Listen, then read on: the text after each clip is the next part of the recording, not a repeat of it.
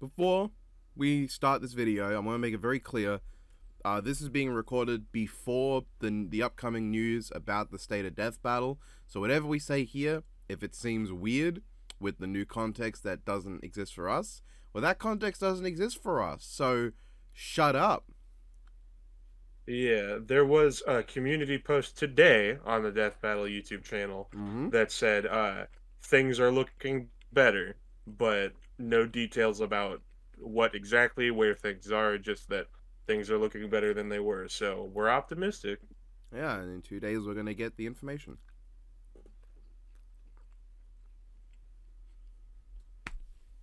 So this tier list, for anyone who is not very bright, was given this community.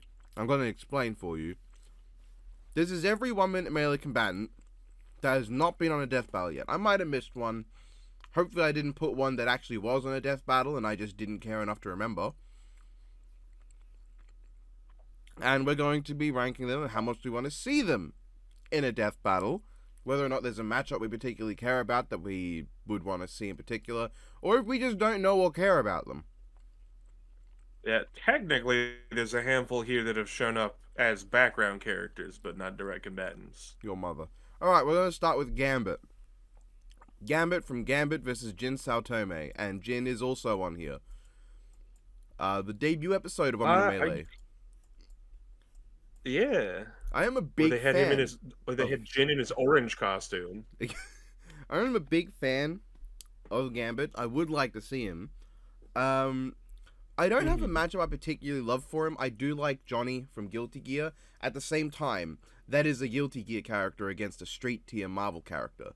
I mean, Gambit at his peak can hurt heralds. Johnny at his peak Because could as take I a punch from understand a it, his herald. power. Yeah, at his peril, at his at his peril, he's fighting a Guilty Gear character. At his peak, as I understand his power, it's just turning potential energy into kinetic energy, Yeah. and so it depends how strong the person he's fighting is, exactly how strong he can make his blast. And Johnny's pretty strong, but Johnny's also not like one of the high tiers in Guilty Gear, to my knowledge. No, I mean he's not weak or anything, but I think But he's not Soul Bad Guy. He's not Justice. He's not Eno. no, but they are. That yeah, that's true. So where do I put Gambit? Because I do. At the same time, we've been getting a lot of X-Men lately. Lately we haven't been getting anything Death Battle related at all. But the last few Marvel episodes, in general, there's been a lot of X-Men. I like the X-Men. I don't know how I feel about this flood of X-Men this, X-Men that. I mean, the most recent Marvel episode was Galactus, and he's not an X-Man. Yeah. He's a Fan Four Stick. Yeah, but of the whole group of the last few like Marvel episodes, you got Magneto, you got Apocalypse, you got Phoenix, you got Scarlet Witch. They're all Silver X-Men Surfer. characters. Silver Surfer is not a character; he's a dickhead. So I'm still gonna put Silver Gambit. Surfer fans, tell this man why he's wrong. I'm still gonna put Gambit in. Would be cool. I can't say at the same. I also gotta say, absolutely wanted. Is anyone out here really dying for, of all Guilty Gear characters, Johnny?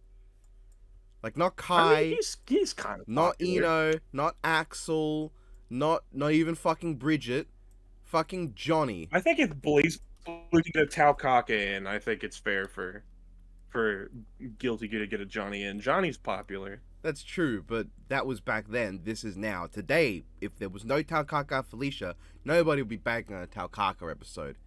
They be back in the next How episode. many seasons ago did we get fucking Sindel? Sindel was super popular. Not at the time they Or did the episode Goro. anymore. Goro is at least super well known. More well known than Johnny and Taukaka. He's well known, but it's like as far as like a relevant characters, like at least Johnny has been like a notable player in a recent game. Yeah, I mean, Mortal Kombat also just tends to have more. Is more well known than BlazBlue Guilty Gear. Yeah, that's fair. Which pains me to say. You can hear me like hesitate there because I don't want to admit it, but like you can't not admit it. Hmm. This must be how like Killer Instinct fans feel when you tell them that their fighting game isn't actually that relevant. But yeah, yeah, as a Killer Instinct fan, that's pretty fair. Yeah. All right, Jin Saotome. I do not know much about him or his series or his matchup spread. Cyberbots. Yeah, what? Uh, typically, first of all, he does not fight in his main series like he does in the 1 minute melee. He fights in a giant robot. I I imagine guess you so. could make the matchup of like Domo and Kashu from G Gundam. Uh, their mechs are kind of similar, and they themselves are pretty similar. I wouldn't be surprised if there was some sort of inspiration in between them. But I can't say I'm that desperate for cyberbots on Death Battle. Yeah, to me, I gotta just put him in don't know well enough. I don't know him well enough, and that's not gonna change as we go into the next one with Burai Yamamoto, of all characters. I mean, I will give this. That 1 minute melee got him onto the Death Battle channel. Because Death Battle and obscure characters mix about as well as oil and water. So this one points. Mm-hmm. Points to the point where when I went to look up what I still franchise do he's not. from, Big Bang Yeah, to Beat this day, I isn't never even. have remembered. There's Big Bang Beat. It's also called Big Bang Age, and also Daikuji. I think is the name of like the overall franchise, not just the entries he's from. Mm. Don't know any of them. Don't know him. All I know is that cool that he's there, but you're going in the bottom tier. Not that the worst tier to go Yeah, in though. because it's like of the big versus shows, he's got to be one of the most obscure characters used, right?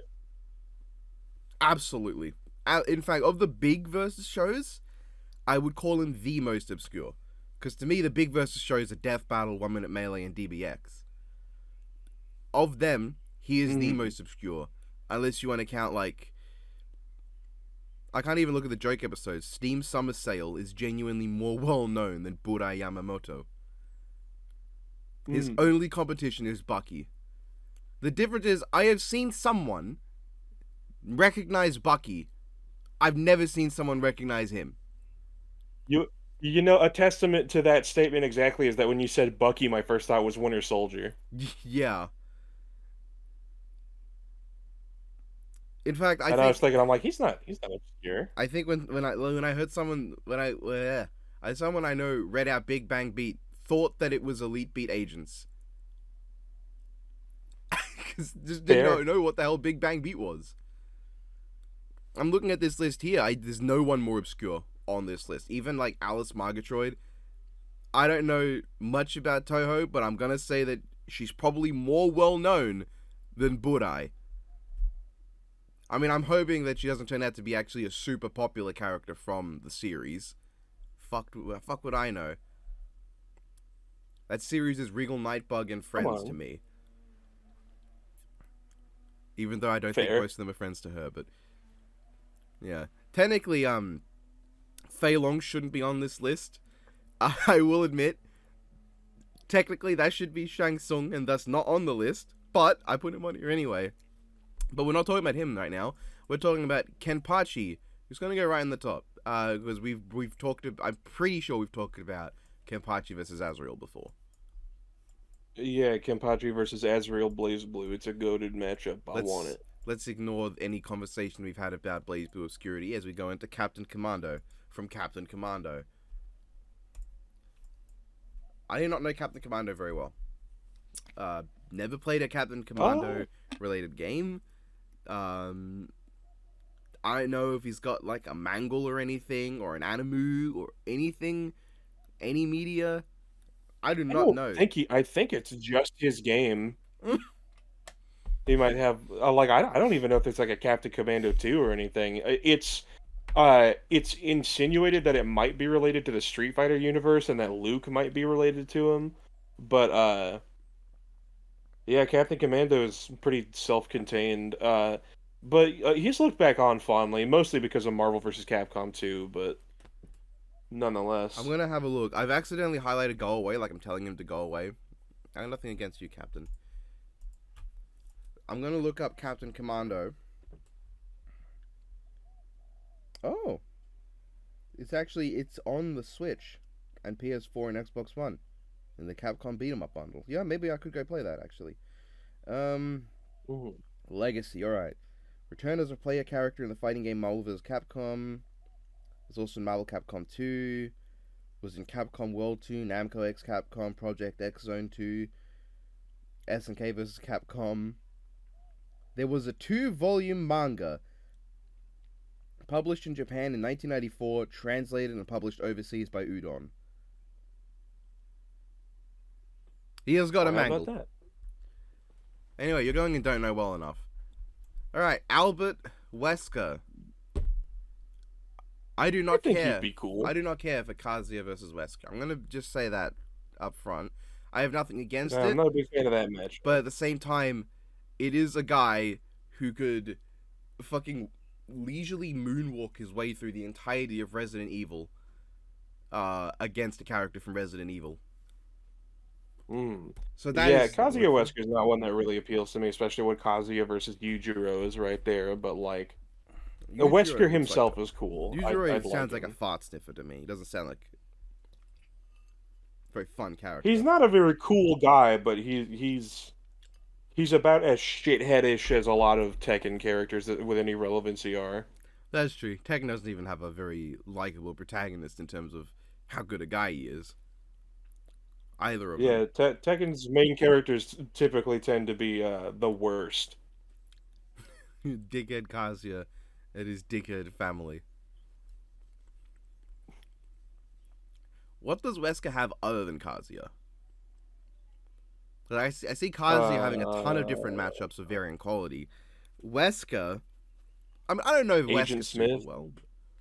Okay, I'm gonna put him in don't care because based on that alone, matchup, or I guess for your sake, wanted but don't have a matchup for because you don't sound like you've got a matchup for him with the level of confidence to which you said Agent Smith. The level of confidence being like, Mm. kinda. Right, Uh, Kim Kafwan. Um, he's cool. I like him. He's probably one of my favorite KOF characters, but I don't know that he's of the KOF characters out there the one that needs to be on Death Battle the most. he's the pants guy to me. That's who he is. He's the pants guy.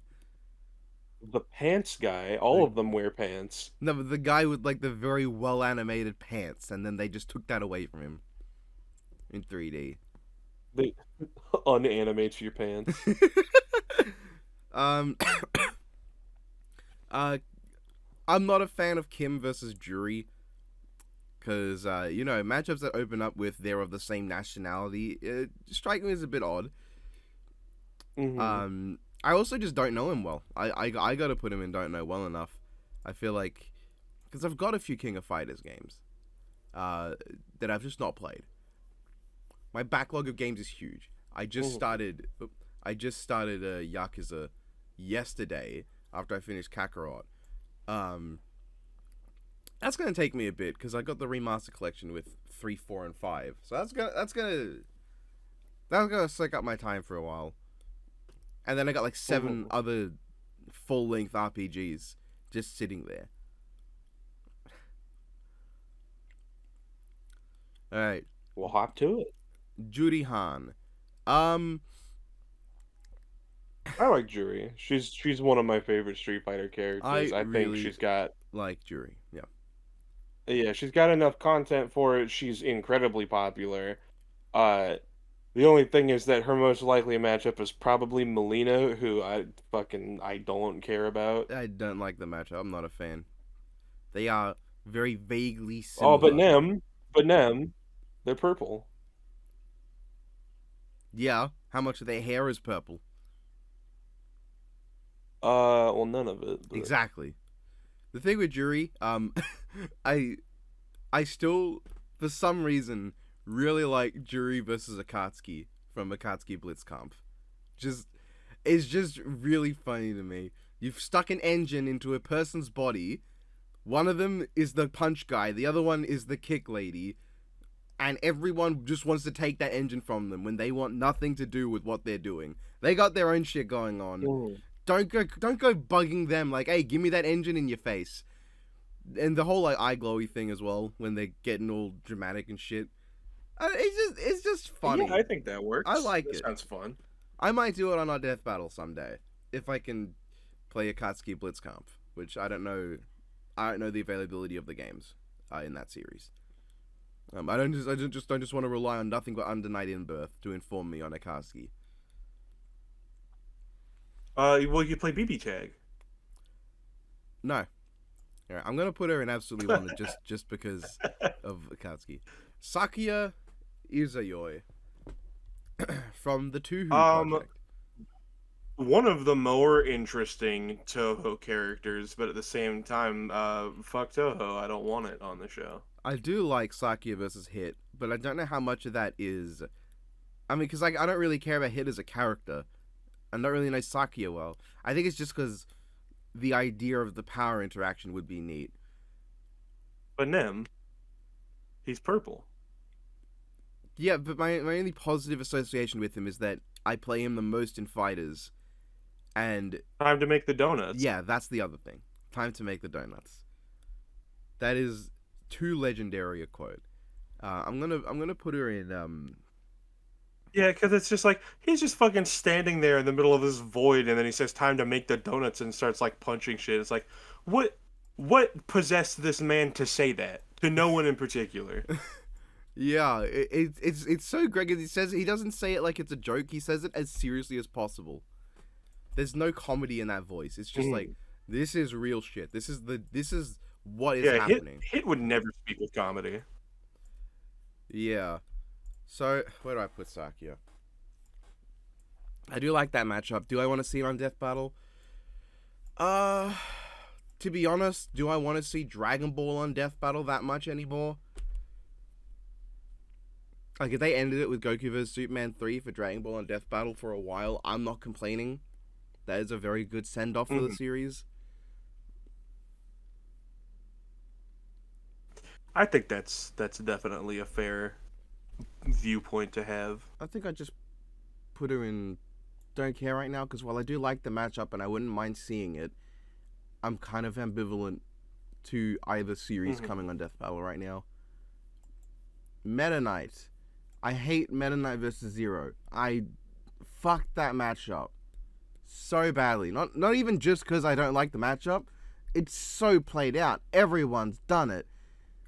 There's so many Meta Knight Zeros out there. Why do you need Death Battle to do one? Just because the one's done by the one done by Battle Royale is the wrong result. Is that the only reason? Otherwise, that's a perfectly fine version, probably better than what Death Battle would do in everything but visual quality, just because it's a longer animation than Death Battle would do. Why? I first off, I don't like the matchup, just like thematically, it's like, okay, they are swordsmen, they are the number 2, haha. But also, I want to see Zero in his Zero body, because there's one show that used Zero with his arsenal from Mega Man Zero, and that's because I'm the one who animated that fight. Otherwise, it's always X-Zero. I know that that's the popular one. Why are you using the weakest form of Zero, though? The actual lowest level. Also, it's like using Goku that's the version of Zero that was made to be the main character. Because he was supposed to be Mega Man X, and then they went Capcom to was like, that's funny. familiar. Where's the actual Mega Man design? Yeah, and they like, wanted to be more familiar. Oh man, and all. Which I like X. I think X. He's cool. He's blue. He's blue, and blue is my favorite color. Don't say it, don't think it, don't say it, don't think it, don't say it, don't think it. Alright. As for Never mind. I decided I don't like blue anymore. The way I feel is it almost feels insulting to other versus shows when it's like, no. Who cares how many shows have done it? Death Battle needs to do it for there to be a good one. Or somehow Death Battle doing it would be better than any other show doing it. It's like, yes, Death Battle is arguably the best, probably inarguably the best versus show in terms of quality. Unless you're a gooner who only cares about the research matching what you think it should be. And I get that. Why not let Meta Knight fight someone else for once in his fucking life as a character that is used on Versus show? I can't really think of many other people I'd want Meta Knight to fight. The other big one I've heard is Yoda, but that fight sounds dumb. There's I don't know how to pronounce his name. Schizo, whatever, from Mado Monogatari, I think. More well known nowadays as Puyo Puyo, but that's not the franchise. Is no. Whatever. The guy who I try not to pronounce as the first part of schizophrenic on its own, because as a psychologist, or not as a psychologist, someone who studied psychology, that word is just kind of... Yeah, certified I just kind psychologist. of Nemesis associate that as a slur, just because in my time in that field of research. I think it's Mado Monogatari. I'm going with Mado Monogatari. That's a matchup for Meta Knight. There's Riku, which is probably the only debatable one. I don't care about Kingdom Hearts until I play it. That's another game I've got. I don't either. I hear Riku's kind of a boring character too. Kingdom Hearts fans, tell me why I'm dumb and wrong. To be fair, I mean, is Meta Knight the most exciting character? As someone who loves Meta Knight, he's not the most interesting character. He's a Kirby character. He doesn't need to be. That's not the point. Yeah, of but Kirby. then you look at what's her face from Robobot. Name escapes me right now. Who and would Susie could cut my balls off. There are Susie. well developed characters in Kirby. Meta Knight's not one of them. He's cool as Yeah. fuck. To me, the matchup is Virgil. I like Meta Knight versus in all fairness, Virgil. Kirby's not one of them. Yeah, Kirby's not one of them. I like Meta Knight versus Virgil. I don't care what anyone says, and not just Brawl Meta Knight versus UMVC3 Virgil. But if we did it on our death battle, that's absolutely the matchup we would do. Not just Meta Knight Virgil, just those versions in particular. But I like the matchup in general. It makes me happy.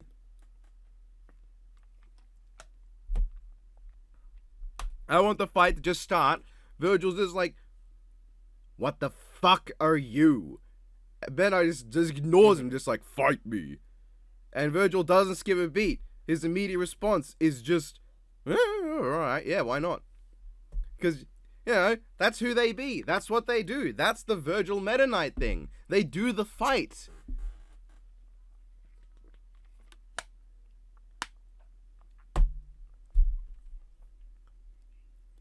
Could have said it better myself on account of the fact that it's the ramblings of a madman. Yeah, I don't care what your thought on Meta Knight Virgil is. I like it. Most of it is just because of the whole Meta Nightmare mode, Virgil mode thing. But it's thematic as any other fucking Meta Knight matchup is. Oh, Dark Swordsman guy. Oh, he's like the number 2 to the hero. He's the blue one.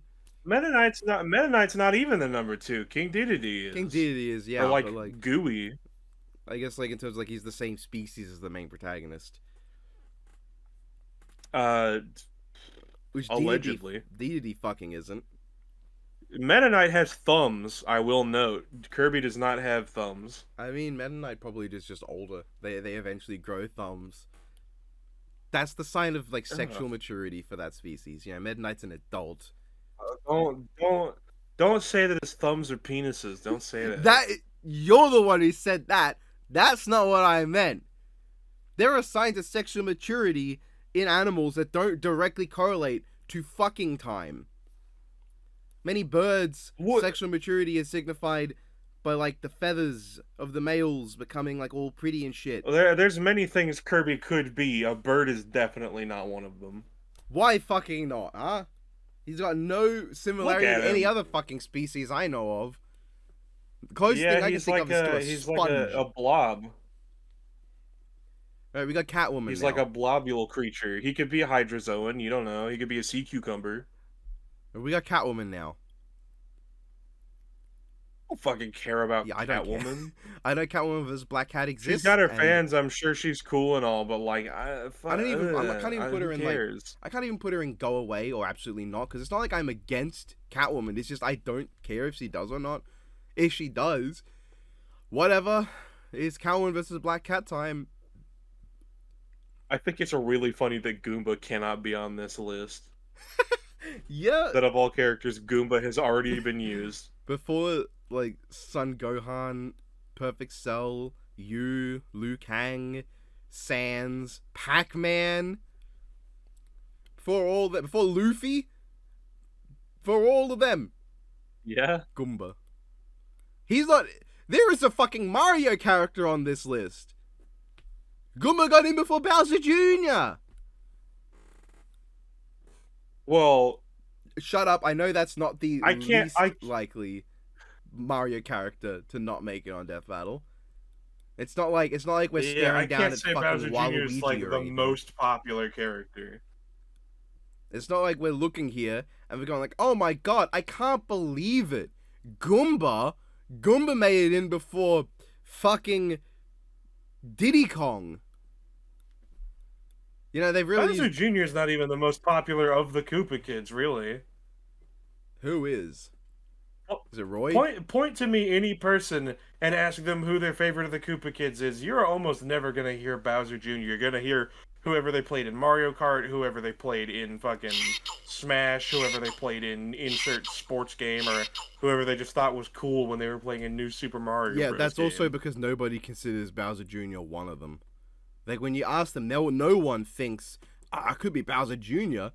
No, they're just going to completely ignore that he exists, because he's Yeah, like... because he's an afterthought.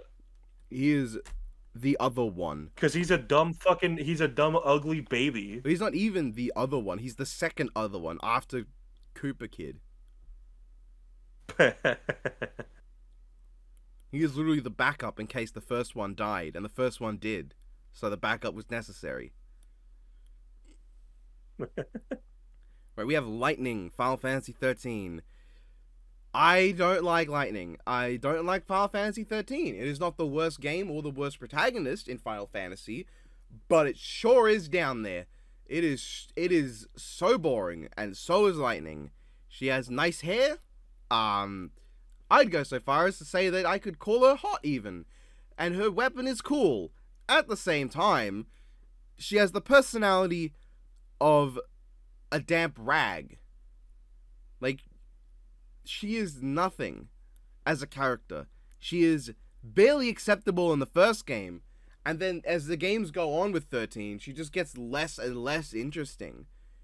I do not care for her, and I don't... Outside of, like, the few exceptions, there are not many matchups where you can just tell me the fight would be cool and look cool, and I'm gonna go, oh yeah, that's enough to sway my opinion. So that's why I ain't on there. Like, is Shulk really that boring of a character that you gotta pair him up with Lightning? Is he really that dead as a character? I've not played Xenoblade, not from fucking lack of trying, mind you. When it was coming out, I was looking for it in fucking stores. Couldn't fucking find it, still fucking can't. But is Shulk that dead a character that you gotta pair him up against fucking Lightning? Is that this the video is state? gonna be fun to get monetized.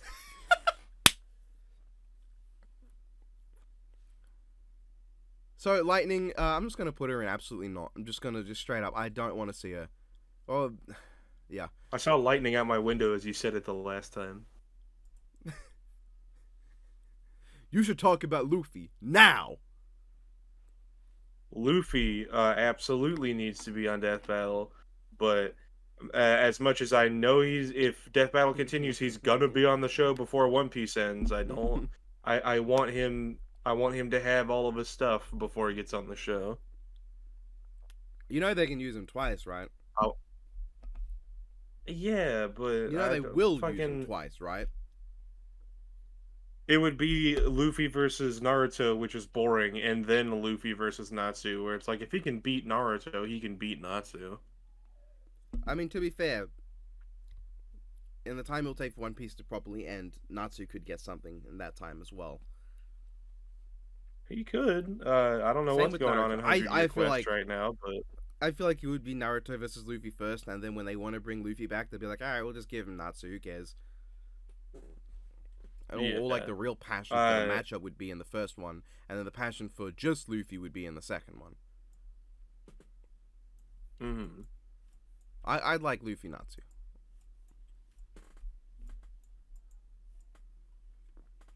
This is gonna be a fun video to look at the comments on. Bed Knight Zero slander, Yeah, why Lightning why Shulk don't you like slander. Luffy versus Captain Marvelous? Please, that's my favorite one. A matchup which can be summed up as they are pirates, and where Captain Marvelous has more forms and abilities available to him than the combined totality of One Piece. He probably has about as many forms just unto himself as Luffy knows people. Just because of the size of Super Sentai, I wouldn't be surprised if you give him everything, he has as many forms as there are One Piece chapters. Like, there's so much in Super Sentai overall, and he has all of it. Like taking every single Ranger key, all of the different forms they have, all the weapon combinations. Technically, you could make the argument that He has a their Kamen second Rider. in command is the edgy sword guy. He has a Kamen Rider. There is a Ranger key that is a Kamen Rider. Is it O's? I think it's O's. Yeah. It's your boy. Uh, fucking It's probably. it's the Tato But Bar yeah, guy. Gokai Blue. Yeah, if there's any matchup to be made out of One Piece versus Gokaiger, fucking Gokai Blue is pretty much just Zoro, really. I'm gonna look up Kamen Rider Ranger key. Gokai Red is not like Luffy though. They're definitely not the same. Oh my god, there's a handful. O's is the main one though. Mm. Okay, no, there's not a I handful. think a It's just couple of them O's, end up and getting fucking. it's O's and all the variants of O's. A couple of them end up getting like yeah, a couple of them end up getting like a legacy like I don't remember which rider or which rangers it is, but like I'm pretty sure they get upgrade equipment of shit from like Metal Heroes and whatnot. That's not even either of them. That's not either of those things. I see a Forze, but I'm pretty sure that the Forze and the Z or the Joker are not official. It looks like really well made I love 3D printed keys. when Build becomes other writers, he chooses two attributes that are like the others, like fucking USB memory and detective is double, and then friend and rocket is Forza. I mean, Ghost and hoodie, I'm pretty sure is I feel Ghost. like telling him that all he needed was Cyclone and Joker for double. Uh, well, Get a it's Cyclone weird because and get laughter. it has to be fundamental ingredients to the people. Joker is fundamental to Shotaro. That's the last thing Philip left him. Was the Joker memory, the ability to turn into Kamen Rider Joker on his own and continue their work as a solo act. And also, thematically, Kamen Rider Joker also looks a lot like Kamen Rider Skull, so it also kind of fits in with continuing on the legacy of Skull. Yeah, but it's more so just like defining him as an individual, as his Okay, own well, character. we're He's gonna talk like the about something detective really guy. fun that you love talking about now, okay?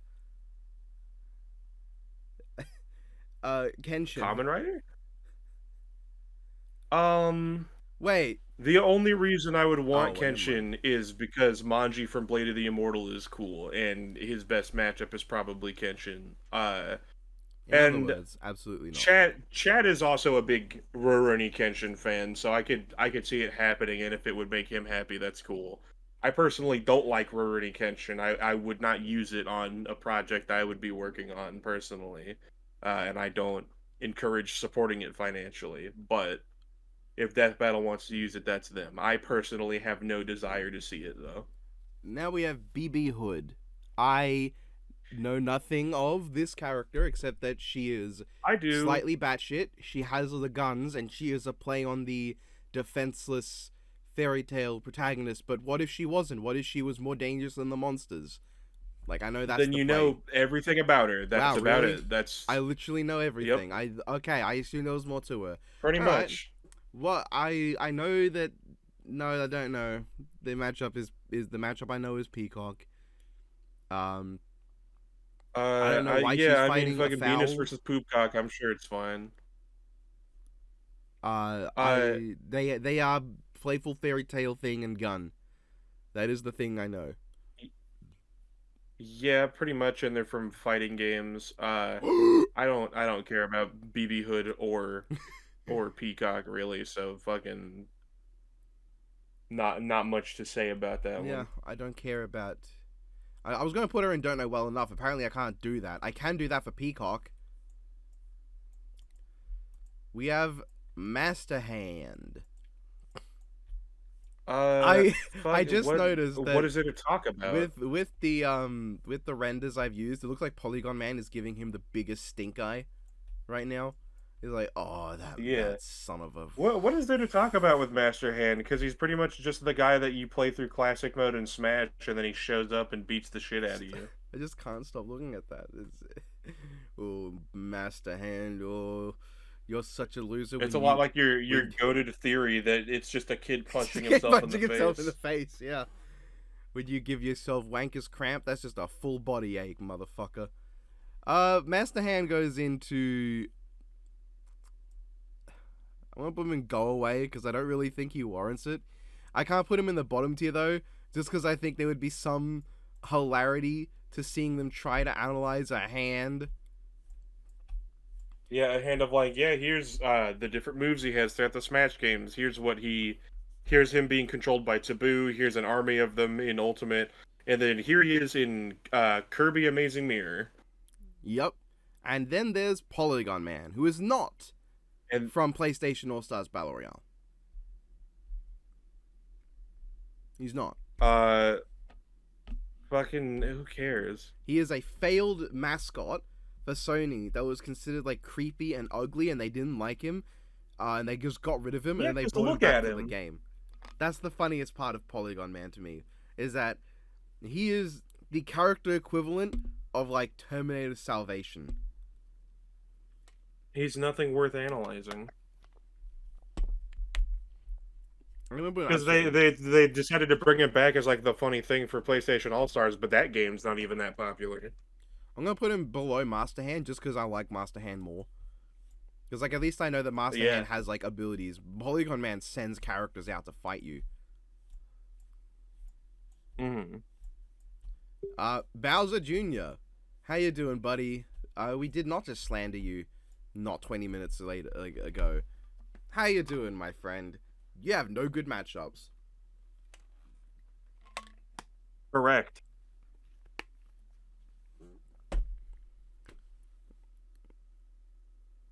Do we have anything to say about Bowser Jr.? What the fuck? What is there to say? He's a dumb baby Yeah, in I'm a gonna little put him in clown don't car. care. That's I'm not it. even against him showing up. It's just I don't care about him. The best he needs is he can show up in a cameo in a Bowser episode. Alright, Makunoichi Ippo and Little Mac. I'm gonna group them together because you have choice words, I think, I imagine.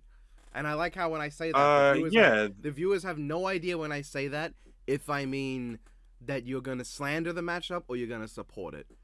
I love that. That's great. I personally have not seen or read a Hajime no Ippo, but I can appreciate the impact it's had on the anime scene and just how insanely popular it is. However, Punch Out is one of my favorite video game series. I fucking love Punch Out. I love the NES game. I love the Wii game. I even like Super Punch Out. Yeah, exactly. Uh, and I'm all for boxing theme matchups. I think they're real fun. I would be super into this one. I want to see Ippo versus Mac happen on Death Battle someday. Okay, so where do they put the characters? I guess Little Mac for you goes in absolutely wanted. I don't think I can put Ippo there for you because I feel like for you there would be a character you actually care about. Yeah. I mean, I'd like to see him. He would be cool. I'm gonna put Ippo in the tier below because I feel like if Mac showed up fighting someone else, you would probably be more interested than if Ippo showed up fighting someone else. If Mac showed up fighting someone else, it would probably be Rocky. In which case, I wouldn't be that interested. And if Ippo, it would be Joe, But if right? if Ippo fought Joe, that'd still be cool. Yeah, well, what if Mac fought Joe? He wouldn't. That's true. That's not a matchup that would happen. Fine, I'll put Ippo up for you then, you dingle. Guile from Fortnite. Uh, I think it would be cool to see Guile. I don't know who he'd fight. I think it'd be really funny that he has like two moves and all of his other special moves are just variations of them where it's like flash kick but twice, sonic boom but vertical, sonic boom but a few of them, sonic boom but big. I like his intro in Street Fighter 6. He just shows up and just like fucking flash kicks a robot in half. Like perfectly splits it in half. It's not like he bashed through it. No, he cut through it with his foot. Not even like a blade. Yeah, it's well, just because his foot. that's what the flash kick and the sonic boom are. They're just wind blades. It's just silly. I love it. That's the lore. I would like to see That's Guile, the same but thing that Charlie does. They cut things. It also helps that we haven't had Street Fighter in years. Here's a fun bit of Guile lore for you. He has an older brother in non-canon Street Fighter material named Gunlock, who originates from Saturday Night Slam Masters as Biff Slamkovich's partner character, like his best friend / rival. And Gunlock was the secret identity of one of the robots in the Street Fighter movie game that was not in the movie. I don't remember the robot's name, but he's the red one who was kidnapped and turned into a cyborg, a la the Cyber Lin Kuei, by Shadaloo in the movie The Game. And then those 4 robots have entries in Street Fighter V's like extended character catalogs, which further hint that it is supposed to be Gunlock in there. Biff, Guile's long lost brother. Did you say Biff? Yeah, Biff Slamkovich. Oh. Well, Don, if you want me to do Gunlock versus Sector, you can just ask me to. That'd be really funny. Fucking Gunlock versus Cyrax, honestly. Just have one to be like, should have been Sector. It should have been Sector. No. No, it shouldn't have been. That's stupid. No, you have to... Can you fucking imagine how people would react if they say, oh what the fuck? Fulgore versus Sector 2, and it's a not death battle. It's not even a regular death battle. It's like you people. Fucking... Oh well, no, I didn't give people the chance to vote for that. Hey, if people suggest Fulgore Sector 2 when I hit 40,000 subs and do another fan vote, it'll probably be on there as something you can vote for. That'd be fucking badass. It'd be really funny for you to do a sequel to a show that that fucking you're not in any way related to. We bounced around the idea of a Mega Man Battle Royale 2. I don't know if we'll do it, but we would call it Mega Man Battle Royale 2. I assume it would be like fucking Captain N Mega Man, like fully charged, the fucking Ruby Spears cartoon. Yep. The Battle Network anime. Yup. You've gotten more correct so far. Come on, you can bring it home. And then, Star Force had an anime, didn't it? Mm-hmm. I feel like I've already told you about this, though. I feel like I've told you about this before. Probably. Because I feel like the natural assumption for, like, someone who knows me and hasn't heard the lineup before would be like, oh, he's a Zero fan, so, like, Zero, Vent, and Ale would be, like, the natural assumption most people would make. Anyway, we're moving on to Asuna Yuki from Sword Art Online. Who cares? I mean, to be honest, I probably would prefer to see her than Kirito, but that's fucking high of a bar as that is to clear. May as well. That's as high a bar to clear as a fucking line of chalk on the ground. Actually, I think I'd rather see Kirito because there is the minuscule chance they get his abridged actor to play him, and he's just abridged Kirito. That would be funny. That would amuse me greatly. Because I do like Sword Art Online abridged, which I can't say for the actual show. So, Asuna, you go into don't care, because I'm not against it. I just don't care. Alright. So, then there's her opponent. Do you remember who she fought? Obviously you do. Aurier from Validia Undernight, from right? Undernight in Birth. Yeah. I like Undernight. I like it a lot. Do I like Aurier? She's alright. Do I want to see her in Death Battle? Honestly, I don't care. Of all the Under Night characters, probably not the one I'd go to, just because she's Yeah, far from the it most would probably interesting. be like what, like Hyde or Gordeau or Merkaba. Yeah, even Waldstein, I could see before. Even Carmine, Yeah. because at least Carmine does shit. Audier mostly just kind of shows up, have flirts with Hyde, and leaves. She's got nice hair, but she is fun Oh, enough you to would say play. that. Not the best to play. Who is my favorite to play? Probably Gordeau.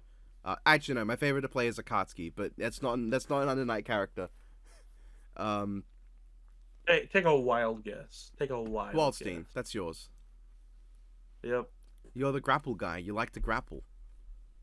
I do. Your favorite Transformer is actually Megatron because his whole thing is being a grappler. And if there was a Transformers fighting game, you would play That's it. the thing. If you ever meet me in person, I am going to fold you into a pretzel. Oh, that's racist. It.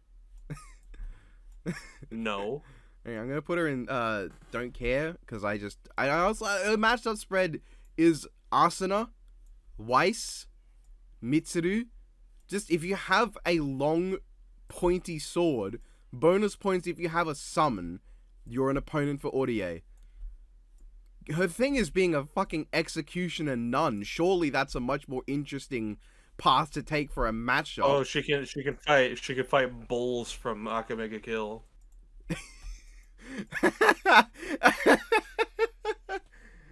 I mean, what's his matchup spread? Pyro?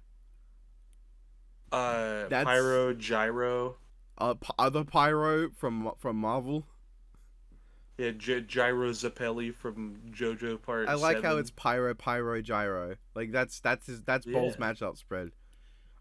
I get that she's not like the most notable executioner nun, in Under Night. And no, she is, because Wagner you would hardly call an executioner nun as opposed to a I thought you were gonna psychopath. say like in fiction. Now I'm like, how many of those exist realistically? To be honest, probably more than you'd think, but I feel like executioner priest is probably more common.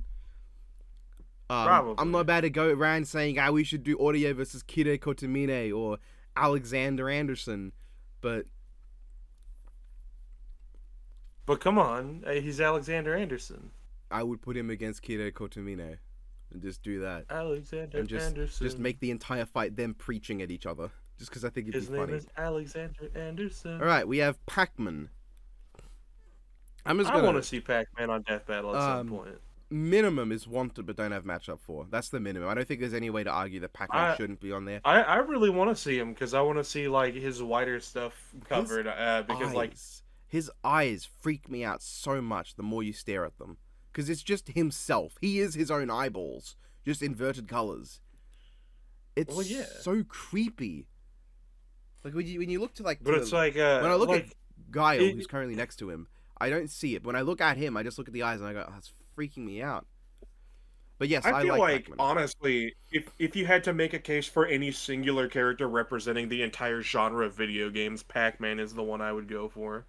Pac-Man because it's like is absolutely up there. Because it's like they call Mario Mr. Video Games, but it's like you just draw a circle with a triangle taken out of it. Literally anyone on the planet can tell you that that's Pac-Man. They know how to play Pac-Man. They understand how the game works. Like he's Pac-Man.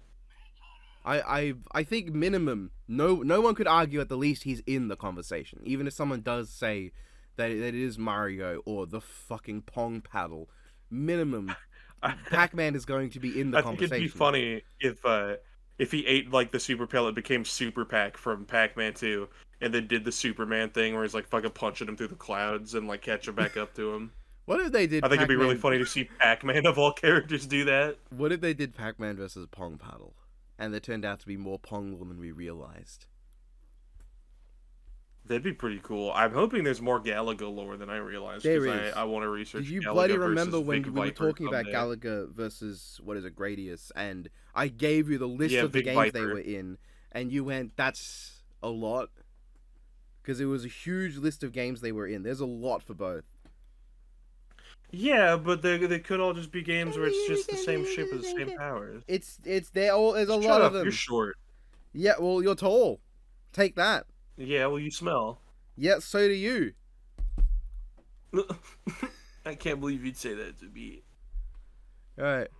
So do we have matchups of Pac-Man? I know what the matchups are: Mario, Luigi, Kirby, Yoshi.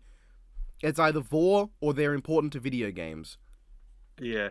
I like Kirby the most for Pac-Man. I I know would say Felix the Cat Kirby- also exists as like the progenitor for video game mascots and the progenitor for cartoon mascots. Felix might be my I favorite think just because I Pac-Man- think that's the most interesting angle to take. But I do like Yeah. Pac-Man Kirby a lot. Mostly because I know Huan would love it. Yeah. It's like I'm a simple man. You put two single colored circle things and have them fucking eat some funny things and then they fight. Yeah, I'm gonna put him in the top. And there you go. I think either Felix or Pac-Man or Felix or Kirby would work for me.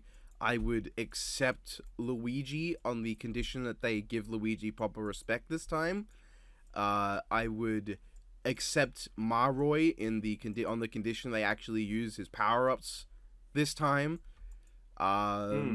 Luigi I just would got not be kind of partic- annoying because so many would people not be wanted res- Luigi versus Pac-Man just for the simple fact of Luigi winning. Yeah.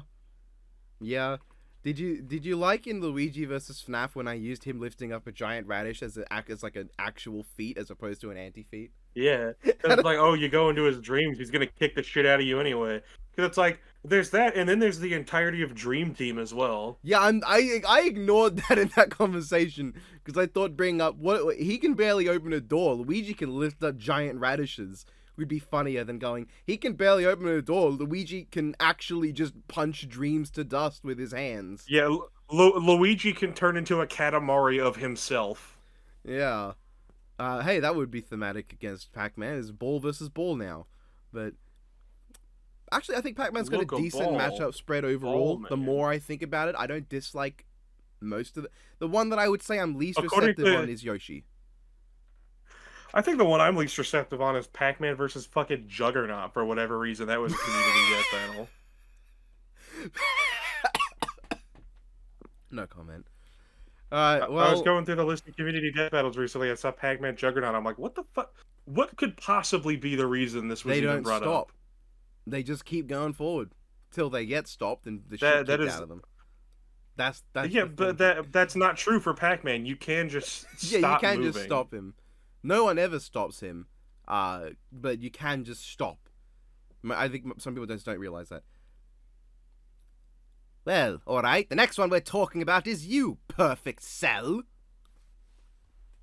Well, if I had to choose personally, I absolutely would put myself in a death battle.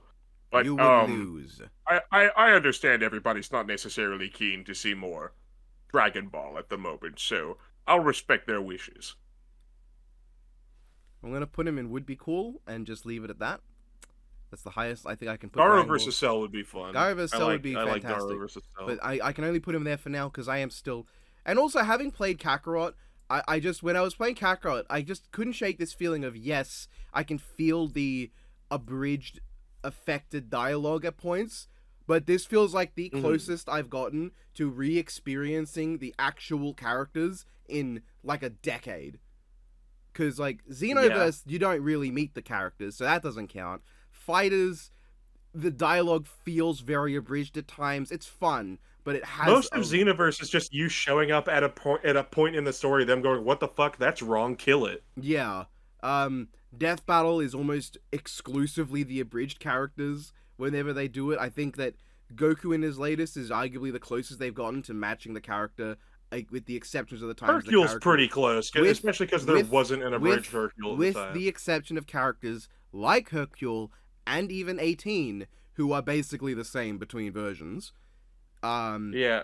with the- Roshi, I would argue they just didn't get too close to Roshi, I wouldn't say. No. Because it's like, part of the appeal to Roshi to me has always been, it's like, despite how fucking weird and awful he seemed, it's like, when the time is appropriate for it, he genuinely is really wise and really skilled, and like, you'd be surprised what all he can accomplish despite his age and appearance. I mean, you would have been surprised before Tournament of Power. Now everyone expects him to be better than he is. But I like Roshi, and while I think they did Jiraiya justice in giving him that moment of brilliance, I can't deny, yeah, I can see the angle of Roshi kind of comes off as a bit too stupid, bit too Mm. not actually a He combat he kind he genius comes who, off very unga bunga. yeah, which I get that is his thing in terms of as a in versus stats, he is just more unga bunga than Jiraiya. But the smartest thing he did was use the evil Yeah. containment wave on Gamabunta, which at the same Yeah, time, where it's like I don't he know could if have that just would. blown him He up. could just blame him. If Gamabunta was falling onto Kame House and he did it to stop Kame House from getting destroyed, which could have happened if he went Unga Bunga, as like an accident, then okay, I could have seen that. That would have been a smart move because he would avoid fucking destroying his house. His house is already gone though. Yeah. Uh but it's like, yeah, some of the most charming parts of Roshi's characters are during like the first three Tenkaichi, or I guess the only three Tenkaichi Budokai arcs. Uh Yeah, Pretty much every fight or confrontation he gets through by either being civil and talking his way through it or by like outthinking his opponent, because Goku pretty much had him beat as far as like physical strength went. The only reason Roshi ended up winning was because he played his cards smart and then he used the fact that his legs were longer. Wait, he fought Goku? And then I don't remember that fight. yeah, shut the fuck up. You instantly clicked down. You instantly clicked what I was going to Yeah, I know. Listen, I've been a One Piece fan and a Dragon Ball fan long enough. I've seen my fair share of Soge King, my fair share of Jackie Chun. I know what this is.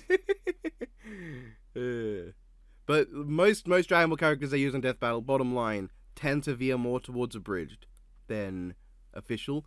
And Kakarot was a breath of fresh air in that it was a return to stale air that I really like the whiff of. That stale air being the air of opening up the Dragon Ball manga and smelling paper. You're like, damn, this air smells, but damn if it isn't nostalgic.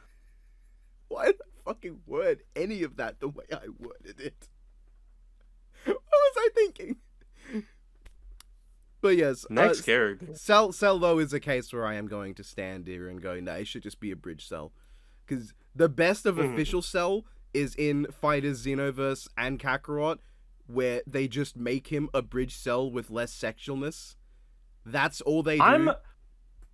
I'm so convinced that fucking like fighters and to an extent Kakarot have gaslit people into thinking the Ginyu Force is so much cooler than they were, because it's like they had cool fights visually and they presented like a very real threat, but it's like everyone's like, oh, Ginyu's he's such a charming character, he's so cool, he's so funny. I'm like, at least in the manga, like he's just kind of conniving, like he does his silly dancing shit, but they all do that. But then you've got him talking about in fighters, he's like, you should really join the Ginyu Force, we got health benefits, a 401k, you get a lot of vacation time, we have the best medical technology in the galaxy. And him just like saying silly shit like that, I'm like, see, I could understand liking that Ginyu, but that Ginyu is not canon Ginyu. Yeah. I mean, you could argue with Kakarot that because like Toriyama had a big hand in the game, that could be him adding things to Ginyu to alter how he canonically is, I guess, to match that perception. Same with Cell and how he had a lot of extra dialogue that made him seem less I am boring and want to fight, and more I want to fight and also I'm a massive dickhead. Or I guess it's the Android saga as a whole, probably the biggest glow up from manga to game in that game.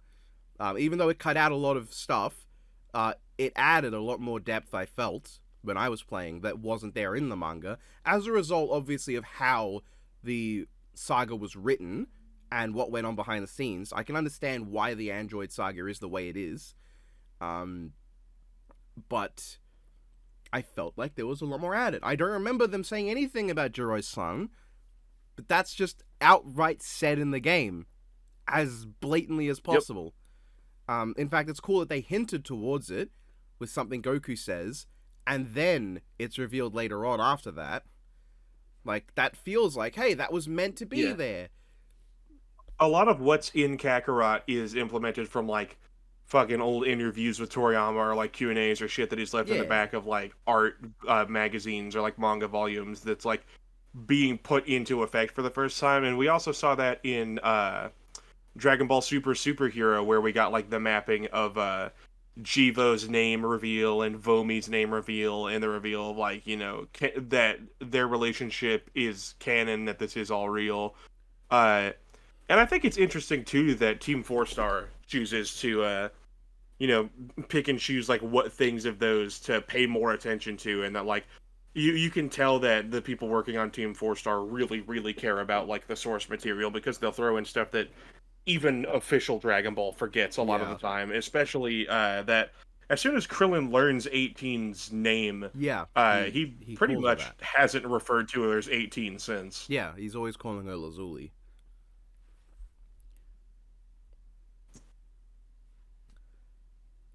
Who's the next character? Meruem. Cars versus Meruem I like could Cars be Meruem. cool. I wouldn't put it in Absolutely Wanted because, as a big JoJo's Part 2 fan, I think we can all say, as all my fellow JoJo Part 2 fans can say, Cars is far from the most interesting or even an interesting part of Part 2 of JoJo's wacky, wonderful escapades. Because the most interesting thing he did was tongue someone's leg. I mean, that's really not what happened. Yeah, I just say those words. Play Joseph's mom like a guitar, the most disrespectful shit ever. And then after that, before that, he's really not got much beyond. Yeah, like he serves as a good vessel for Joseph to like do silly shit against. Yeah, but like Joseph fucking crashing a plane into a volcano, or Joseph having to fight off an evil squirrel. I kind of wish he had a bit more reactions along the lines of, "What the fuck are you doing? What are you, stupid?" Yeah, the one thing I will say, I fucking love how mad he gets, where he's like, there's no way that pesky human could have fucking planned all of this to the point where this volcano would erupt and shoot me off into space. I'm so mad. This dude is so fucking unbelievably smart. And Joseph's like, oh my god, I thought I was gonna die. I got so lucky there. I did not plan that. But he's gonna be so mad thinking I did.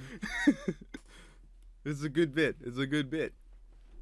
And the fact that whole thing crescendos with Sono Chino Sadame as well. Yeah, I find it funny. That's probably my favorite JoJo intro, but it's like the one I never see people say is their favorite. Oh, it's good. It's really good. I mean, one of my favorites. Part 5 and 6. My favorite is. Intros, but I've not seen Part 5 and 6. Yeah, Part 5. Both intros are really good. Part 6, I'm not crazy about the first intro, and I haven't heard the second intro enough times to have an opinion, but they're definitely not bad. The only intro amongst them I don't really like is Crazy Noisy Bizarre Town, but End of the World is probably my favorite one. End of the World might be my second, just because they brought like all the vocalists back at the time for it. Like the fact that it's all of the musicians, the fact that like it has a very like we are against the clock. Shit is happening. We need to like get this done now. Like this very well could be the end of everything if we do not beat Dio. It has a very good energy to it. All right, now we're actually talking about you, Don. What? We're talking about you. You want to explain what the fuck that means? It's literally what I said.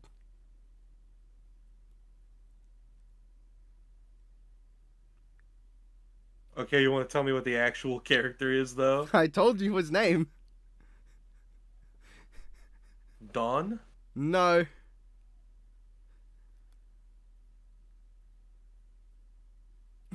Oh, you Narakami, I get it. Yeah, it's you. His matchups, I don't like him.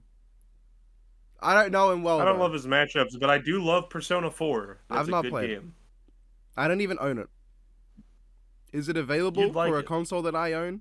I don't know. Tell me. Yeah, it got the Persona 4 portable, or Persona 3 portable, 4 golden, and 5R are now all available on PS4, 5, Steam. Well, motherfucker, I might get it then, because I have got Persona 5 Royal in a steelbook, sitting there. Yeah, I think you'd like Persona 4. It's pretty good. I just like having that title of having played more Persona than most Persona fans, and then the card I raise just says Shin Megami Tensei 3. That's just a really funny bit to be able to have going on with me. But I for you, I'm gonna put him in Don't Know well enough, so I don't destroy the fun of you Josuke fans. Which is still less of a weird matchup than what they actually put him up against in 1 Minute Melee. Because they chose Polnareff. Which, I get the sword thing. It wasn't even Polnareff, it was Anubis that he was fighting, really. Yeah, it was Polnareff possessed by Anubis. I'm not putting Anubis on this because who the hell is asking for... I shouldn't ask, because there's going to be someone going, my favorite matchup is Anubis versus some... Anubis versus Soul Edge, come on. I was going to say some D&D weapon, but I get Anubis Soul Edge. Who's asking for Anubis on Death Battle?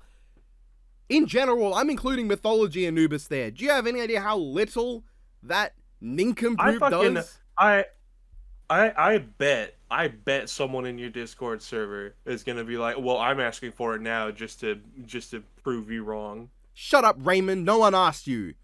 Alright, Polnareff matchups. I was referring to CT, but yeah, probably Ray too. Polnareff matchups. He's got Puss in Boots, which I don't really vibe with. He's got... Nah, especially because Puss can't see Silver Chariot. Yeah, I mean, you say especially as if, like, it's not just mostly just because of that. That is the thing. Well, there's also the fact that even if he could see Silver Chariot's moving so insanely fast that Puss couldn't, like, perceive him really anyway. I was gonna go through a list of Polnareff matchups, and then I realized it's two. It's Puss in Boots and Shin, I think. No, it's not Shin. It's, From what? Oh my god. I'm trying to remember his name. Give me a second. Give me a second, okay? God. I didn't say anything. I said... You listen to me right now. You listen to me. Are you hearing what I'm saying? I'm waiting. Are you? Oh, are you? Yep. Are you giving? Are you talking to me? It's the Nanto Seiken guy, Fist and Nostai. Ray. Yep. That's there him. You go. That's the guy. Because the sister thing, the Kenshiro Jotaro comparison, Polnareff Ray. That's the other matchup, which is better because I think Ray can see or at least get an idea of where Silver Chariot is. At the same time, it is Jotaro with even less abilities to his name against a guy who is going to go for the kill even quicker than Kenshiro is. So, I mean, like at that point... I mean, Silver Chariot's got a well... He's got one ability. In that Star Platinum can at least freeze time. Star Platinum can freeze time. He's got Starfinger, and it's like, I guess he's got like enhanced vision, enhanced lung capacity, fucking and whatnot. But like Silver Chariot, he can shoot his sword out, and he's got like fucking Kamen Rider Kabuto cast off type shit. Actually, Polnareff versus Kabuto, that might just be fun as like just an animation, but the only nice fucking 1,000 times light speed scaling dipshit hyper clock up. Yeah, I like how it's not just like it's hyper mode, hyper clock up is the strongest Kabuto. Like that absolute mouthful. I think the one thing I'll give Polnareff Ray over Jotaro Kenshiro is that it would be like Jotaro seeing Kenshiro just punch Star Platinum's fist. His reaction would just be, huh, that's weird. Polnareff seeing Ray just like backhand Silver Chariot's blade, he would freak the fuck out, and that would be hilarious. He'd be like, "Oh no, that's not supposed to be able to happen." Like that would be really funny. And I think it would be more amusing as a fight, just in general, because I think Polnareff just has more going on in terms of being amusing in a fight than Jotaro, which is the way I can put that. That's going to upset the least people.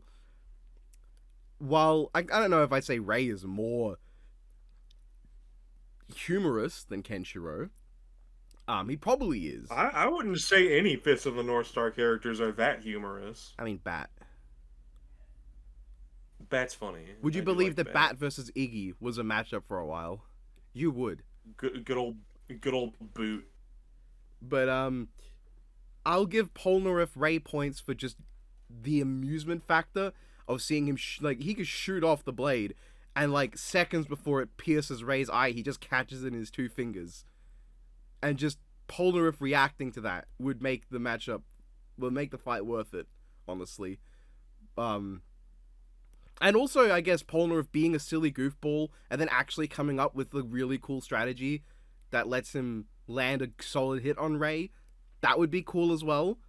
Not that I'm going to say that Death Battle is exactly great at giving strategists good strategy moments. My love of Death Battle, their ability to implement tactics, tends to not be one of those things that I love. I mean, they did the thing with Discord Bill, I guess. So that's one of the more recent examples. Okay. Maybe I'll swallow my words a little bit. But consistently, tactics has not been... I mean, look at how they did Deku Asta. I'd rather not. Think about... Consider... The way they did Deku Asta, Deku's strategy amounted to hit him a lot of times. And I know that that's kind of his thing.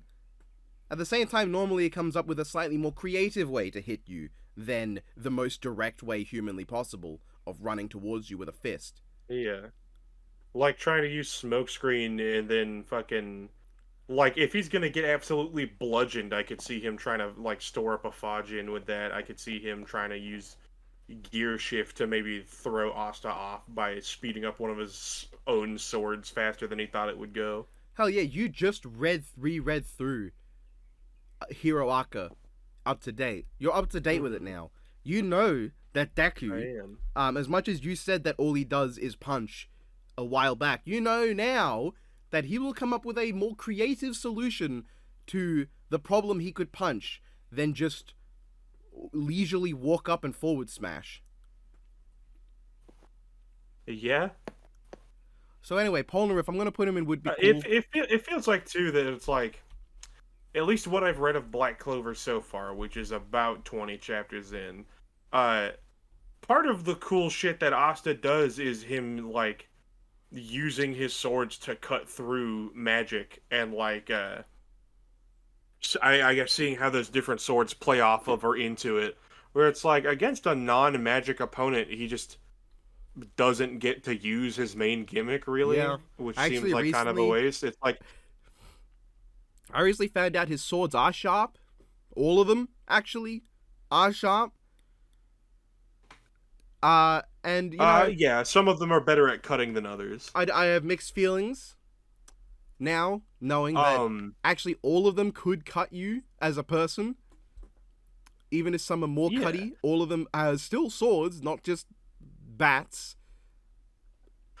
Yeah, I don't know, it feels like it would be like using Natsu against someone who doesn't use fire, so Natsu can't eat fire when that's like his thing, that's the Natsu thing. You need to go quickly defend Natsu Luffy right now, after saying that. Because not everyone, like, Luffy knows. can use Not fire. everyone knows. A lot of people just think Luffy is just the stretch guy. Red Hawk, I mean, I guess Red Rock, I guess if Gatling. I know that he uses fire, and I've not read or watched One Piece, everyone should. Yeah, but I know Luffy people can don't. also throw lightning, and Natsu can eat that as well. Natsu could be the one to shoot the lightning that Luffy just throws back at him, but... Yeah. Right, we have Paul... I mean, if he used lightning, Luffy probably wouldn't fucking even try to dodge it, because I think at this point he's more or less figured out that lightning does not hurt him. Yeah. We have now Paul Phoenix from Tekken. Oh, I put Polnareff in would be cool, because I will acknowledge now, thinking it over, Polnareff versus Ray would at least be kind of fun. And I do really like Polnareff. He's one of my favorite JoJo characters. And having not seen Part 5 and seen him fucking die yet, and Ray is one of my favorite Fist and North Star characters. I like most Fist and North Star characters, though. Paul Phoenix from Tekken. He's the guy with the funny hair, and then he lost the funny hair. True. I think Paul would be funny. It'd be funny to see one of the goofier Tekken characters. Oh shit, it'd be Paul versus Guile, wouldn't it? It might be. I had the thought of like Natsu versus Luffy. Luffy's like fucking running full speed, or he's like flying through the air, and Natsu's like getting a little low on fire. Better switch things up, and he does like a lightning dragon roar. He's like, all right, let's see what that did, and then Luffy's still just flying straight towards him. He's like, oh no. I mean, what if Luffy threw it back and like made like it exploded on Natsu? Yeah, what if And then Luffy that threw just- it back and did Gum Gum Twerk and just fucking destroyed him with his ass cheeks? I mean, I was just imagining it hits Natsu and it just lights everything around him on fire. And Natsu's like, that actually worked out, huh? Yeah, it misses. It just hits a forest behind him and just like starts a forest fire, and he's like, ah, well. I mean, just imagine Natsu turns around, starts eating the fire, and Luffy's just still heading towards him. He's like, why'd you turn away from me? Just clocks him in the back of the head. He's like, whoa, you can eat fire, and then he grabs like a burning log. He's like, ow, it doesn't work. And Natsu's like, why would you think you could do it? That would be funny. Anyway, we were talking about Paul here. I do not know Paul well enough. To be honest, I know that he's American, I think, and I shouldn't say I know and I think in the same sentence. He's but- American, and he's a real goofball. So I guess that's the whole thing with Paul, Guile. They're American and they have weird hair, which Paul doesn't have anymore. All right, okay. Here's the boy. Here's the interesting one. We have Joseph. Yeah, I want to see Joseph, but I don't have a matchup. Yeah, for him. that's where I go to. I've flip flopped on a few matchups over time, but right now I'm in the mindset of I don't actually have one that I'm really gunning for old Joe. But he's one of the biggest examples of a character I would love to see that I don't have a matchup for. Shikamaru is still probably my favorite, but again, I just went on a whole bit about how death battle tactics doesn't always tend to work out, and that's the whole draw of that matchup. All right, we have Liu Kang.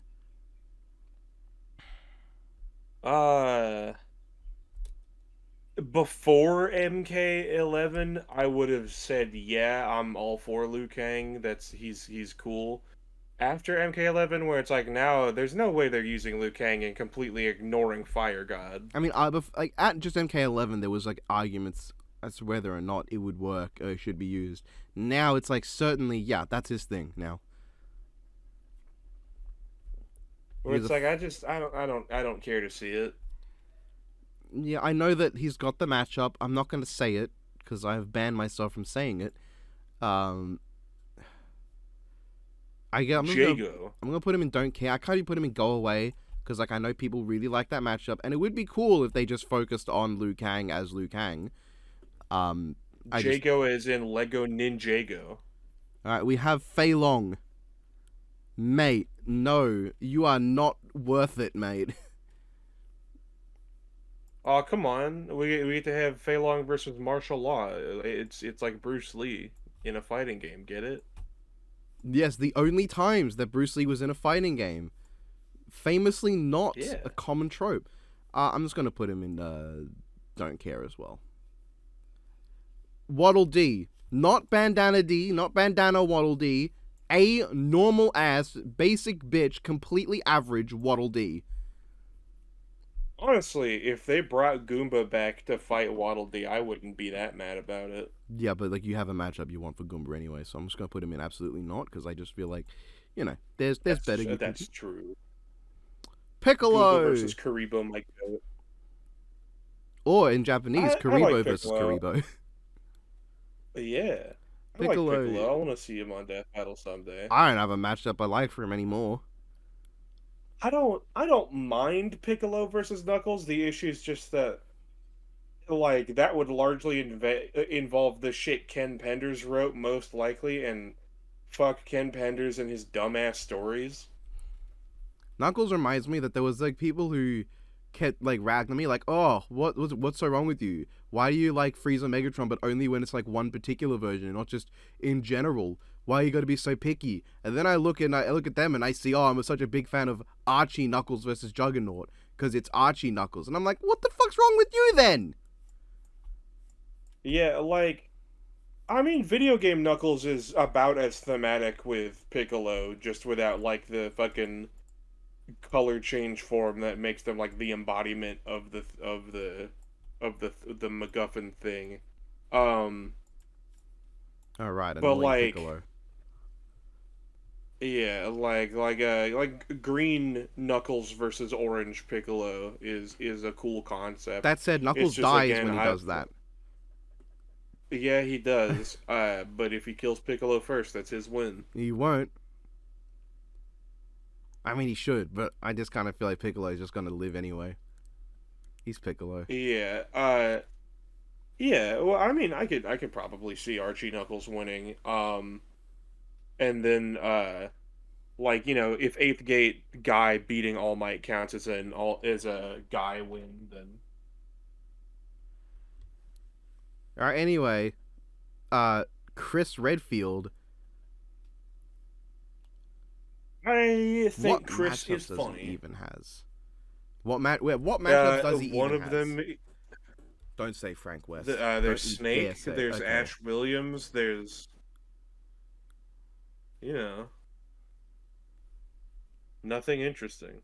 Yeah, wanted but don't have a matchup. I would like to see Resident Evil come back with either him or Wesker. Can you do me a favor in season 12 of Not Death Battle?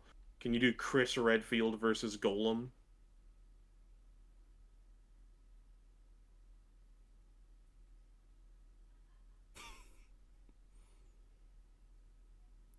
All right, we have Ibuki Street Fighter.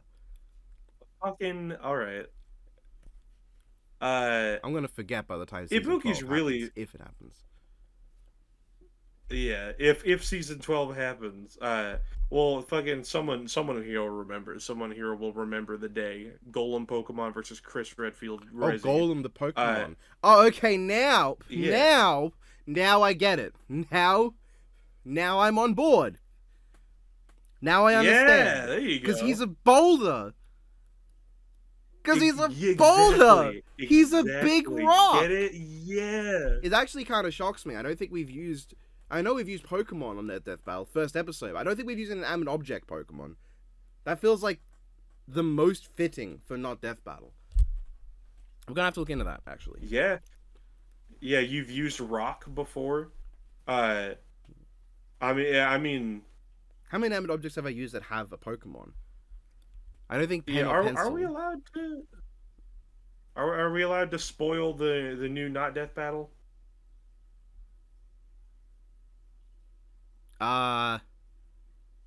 You mean the one that was announced? I'll decide. Yeah. Episode 56.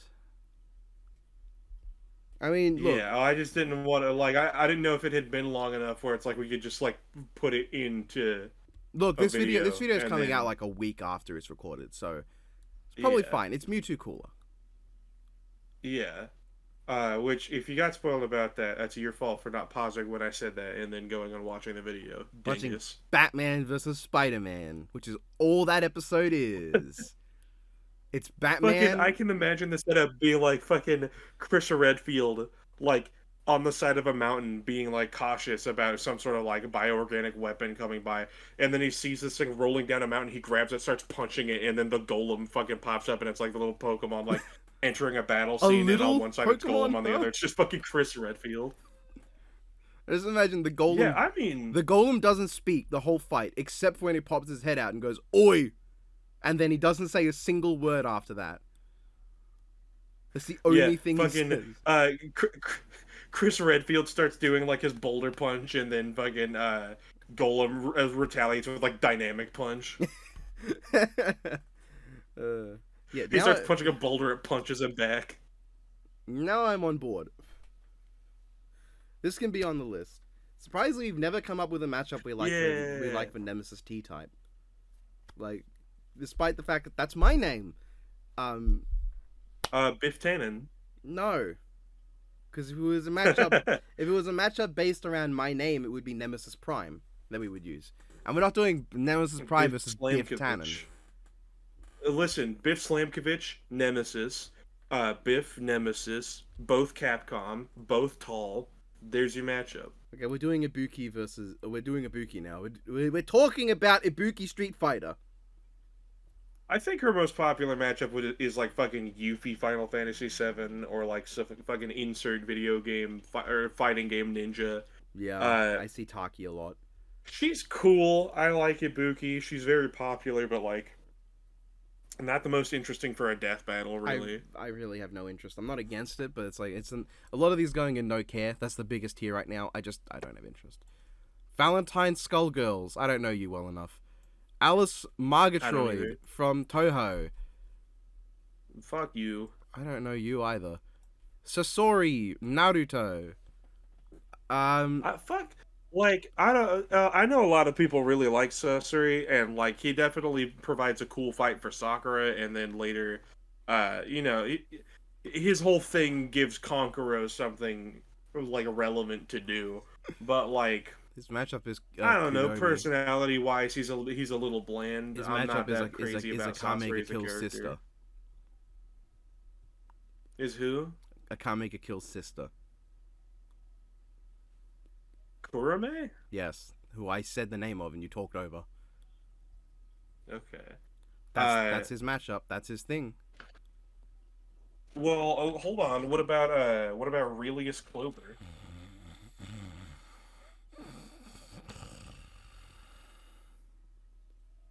Really, Alright. Is too good for Sasori or for Kurame. Yeah, that's fair. I don't care to see Sasori. I don't. He's whatever. Because I know he's got that matchup. He's got a matchup. Do I want to see that matchup? Do I really want to see a Akame Kill come back? Without someone like Not Lubbock, for Kurame. It would need to be someone like Lubbock, Wave, even Bowls. Kurame? Probably I wouldn't not. mind seeing Tatsumi, really, because I hear he's a lot better in the manga, but also I like Tatsumi well enough in the anime. He's fun. He is a charisma black hole. There is nothing going on with that boy. I'd rather see Bulat if he, existed. Yeah. I think it's funny that Chelsea is one of the most popular members of Night Raid, and she's in there for, like, less chapters than fucking Zappelli.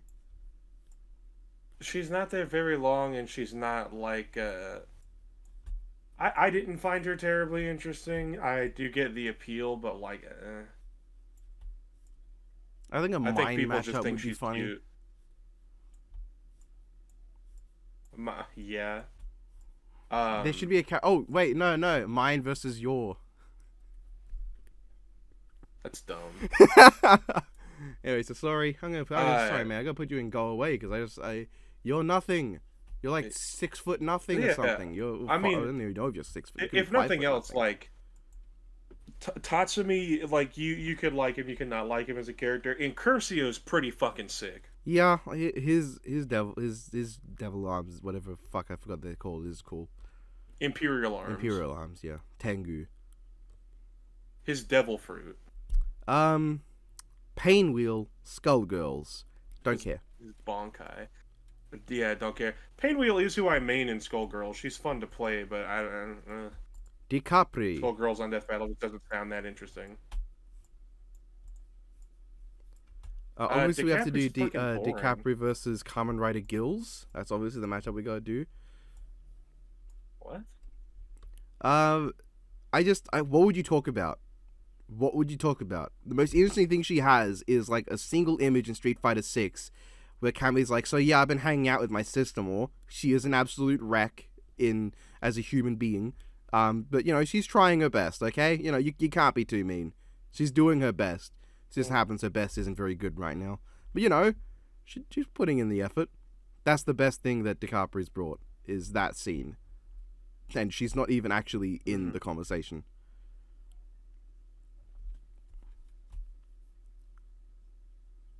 Yeah, fair. I don't even know. Do I put her in absolutely not or? I'd put her in don't care. It was like at best. No, because I don't really if it happened, I wouldn't exactly be like, I don't care. I'd be like, why?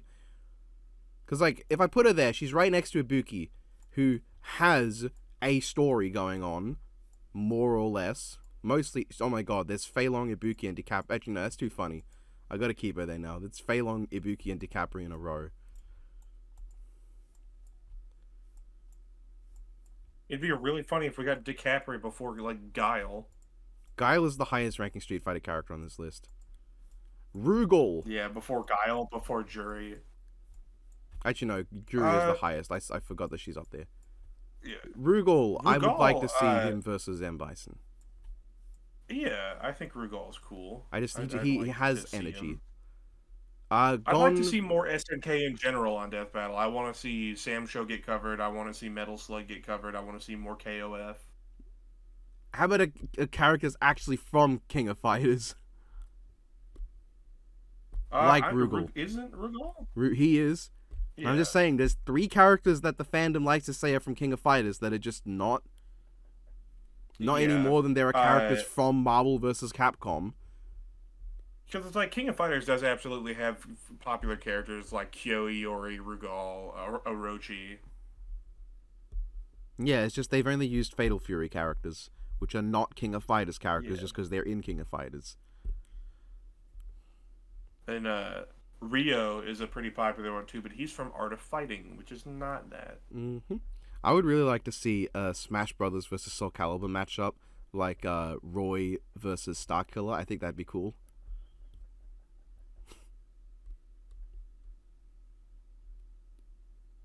Anyway. Gone. Yeah. I don't care about Gone. I don't know you. And your only matchup is dead. Yeah, he got killed with swords. Yeah. Who are you gonna come fight now? Kid Goku? I mean, I'm sure Gon has other matchups. I think I've heard Dai from Dragon Quest manga before. I've heard Lucas. Kid Goku's one of them. Lucas? From Mother. Yeah, no, I know who Lucas is. Mother 3 is like one of my favorite RPGs. Don't ask me to explain, because I would tell you that I don't know. Lucas. So here's a fun fact about the Mother franchise for those of you who don't know. In all 3 mainline entries, the main character is a healer.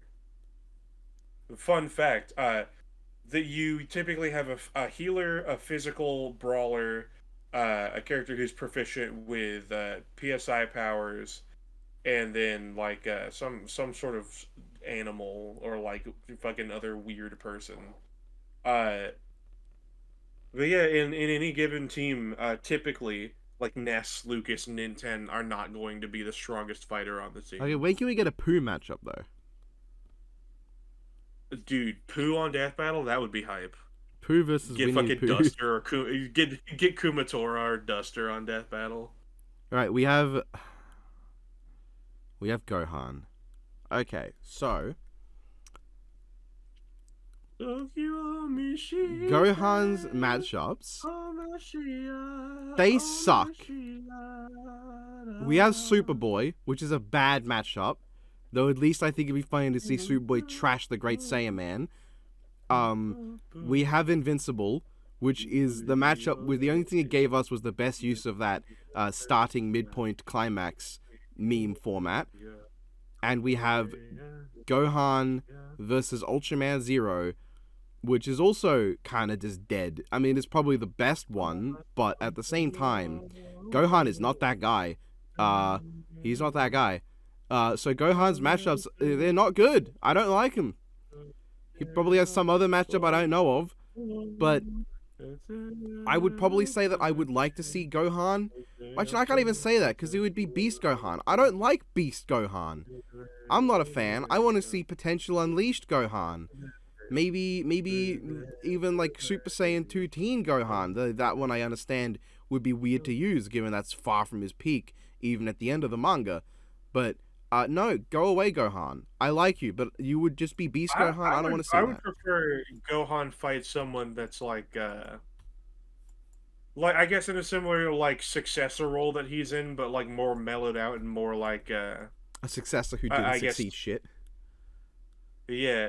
Like because he was built up as a successor role, but ironically, I enjoy Gohan the most when he's like doing what Gohan wants to do when they're not trying to just make him Goku too. It's time for Gohan versus Rodimus Prime. They were the protagonist number 2, and then that didn't happen. At this point, you've seen Superhero yet, but no, I don't care. In the superhero movie and a lot of the manga around that time, Gohan does have a couple of like dumb moments, but it's like, for the most part, like just seeing him fucking hanging out with his family and like actually, taking training at his own pace and learning to enjoy fighting for the sake of, like competition again, and like seeing him pursue like a scholarship and like study his little bugs and have his little interests and stuff.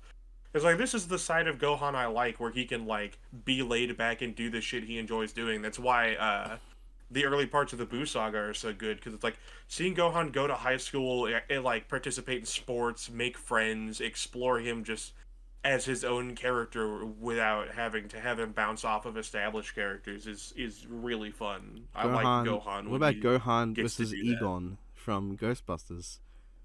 They collect things. Egon Spangler, that's true. Yeah, fucking Piccolo's like, what are you doing here? I'm having to go pick up your daughter from school because you're busy researching. He's like, Piccolo, look though, I found this species of ant that when they get threatened, they transform. It's like a Super Saiyan. He's like, I don't give a fuck about your Super Saiyan ants. Go pick up your daughter from school. And he's like, Piccolo, where is my daughter? Oh, I dumped her to go fight some dinosaurs. Yeah, I figure you turned out so well. Yeah, she seems like she can handle it. She's like 3. You weren't much older. We're being honest. You really weren't. I think Piccolo, she just stopped wetting the bed. She can like just now say her ABCs. What do you mean she's ready to survive in the wilderness? And he's like, I don't know. She's getting pretty close to flying. She's already way stronger than most people on Earth. Go on. I did give her 2 apples. Okay, I know how this works. I got this. Yeah, like you needed a little bit of help, so I thought I'd go a little easier on her, especially because she's a little younger. She doesn't have a tail. She's not as in tune with her Saiyan heritage. To be honest, she's basically completely useless in every way. But I did give her a pair. So I think I even. He's like, okay, can I get back to my studying now? He's like, just make sure you train. Clothes beam, and then he leaves. What a good dynamic. Maybe when I watch Superhero, I'll like Beast Gohan. I doubt it, but maybe I will. Maybe I'll put him. No, you won't. I won't. If there's anything you like about Gohan, it is not Beast. Beast is such a fucking shitty, stupid form. I fucking hate Beast Gohan. I mean, he at least Orange trained. Piccolo I've kind of come around to for what it is thematically. It's still ugly, but He at like least trained, Beast Gohan right? is ugly. It's unearned. It's stupid. It's like having him have trained is one thing, but then having him pull this form out of his ass and only access it after watching Piccolo get beat up when his fucking daughter was being held at gunpoint like 5 minutes earlier. It's like, what is this? This is such a shitty poo-poo ass crescendo to like a pretty solid movie otherwise. So yeah, I don't want to see Gohan. He really doesn't bring much that's his own. Aside from a form that he brings the iconic Beast Axe from Fortnite. Come on. The only thing I'd want to see Gohan for is seeing how they can incorporate the Great Saiyaman into the matchup. And in that regard, I feel like Invincible could play off it kind of okay, but I would mostly be receptive to Superboy going, what the fuck are you wearing, man? What is that? I feel like Mark would almost be the same way. Gohan would be doing like his little routine and his little dances and poses, and Mark is like, "Do you understand what you look like when you do that?" Yeah, but I feel like Superboy's a bit more. Like, I'm not trying to be rude, man, but like, I don't. This isn't it. There's also like, I don't think it would play off Ultraman Zero at all, which is sad because that's probably the one I feel the most positive for. But the one thing I want in a Gohan matchup, I can't see. I mean, I guess it would be neat to have him do the Great Saiyaman thing, and Ultraman Zero is like, whoa, this guy knows what's up. That is cool shit. Just because that would be the Gohan would not be ready for that reaction. Just because, like, that's far from the weirdest thing any Ultraman has seen. Or even, like, far from the dumbest thing any Ultraman has seen. It would be considered downright cool compared to some of the stuff the Ultramans have seen. So it would be funny. Yeah. Is Zero's like, yeah, I'm impressed with the choreography there. I'm gonna kill you now. And then he just would. He's like, oh, everybody keeps telling me my superhero form is lame. He's like, you think that's lame? Like, have you ever seen Bemular? Do you know what Bemular looks like? Like, I feel like the scale difference people like to bring up. I mean, Did Gohan fight Cell Max or not? Yeah, he did. So Piccolo. So Piccolo wraps his fucking. He gets one arm blown off, and then he That'll be fine. stretches the other arm really long, awesome. and then like wraps it around him. And then while he's wrapped up with Piccolo's other arm, Gohan fucking snipes him in the skull with a special beam cannon. Wait, that's it? Well, no. There's also a point where fucking this fucking kaiju-sized Stelmax comes in, and he like throws a punch at Beast Gohan, and it does not make him flinch, and then Beast Gohan just knocks the shit out of him. I mean, I guess you could say bottom line, he fought a giant thing like Ultraman Zero. I mean, Ultraman Yeah. Zero could just shrink, is the thing. Like, Ultraman can just shrink at will. And I think he would if he was fighting something that hits that hard, but it was also small and not easy to actually hit when you're giant. Yeah, if Gohan's able to like fucking outmaneuver him and is just buzzing around him like a fly, he's like, "Fuck, I need to get on this dude's level." Like, that's the thing with Ultramen. They can fight smaller things if you can reasonably give them a motivation to. Like, in this case, I mean, Gohan is smaller and fast and really strong, and I think Zero would shrink to be like, oh, no, okay, this is not a good position. Be like, why don't you fight someone your own size, Gohan? Gohan's like, I mean, this feels like it's going to be easier now, right? And then it isn't. Yeah. Alright, we have Superboy. Nah. I like Superboy. Nah. Just to be honest.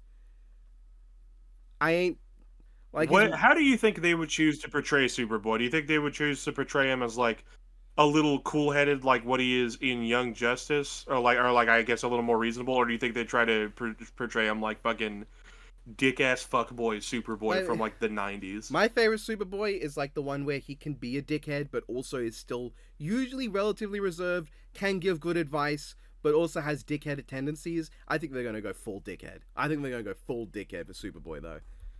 Which would be entertaining. Not what I would go for, but you know, it'd be more entertaining than, I don't know, Raven and what they did with her.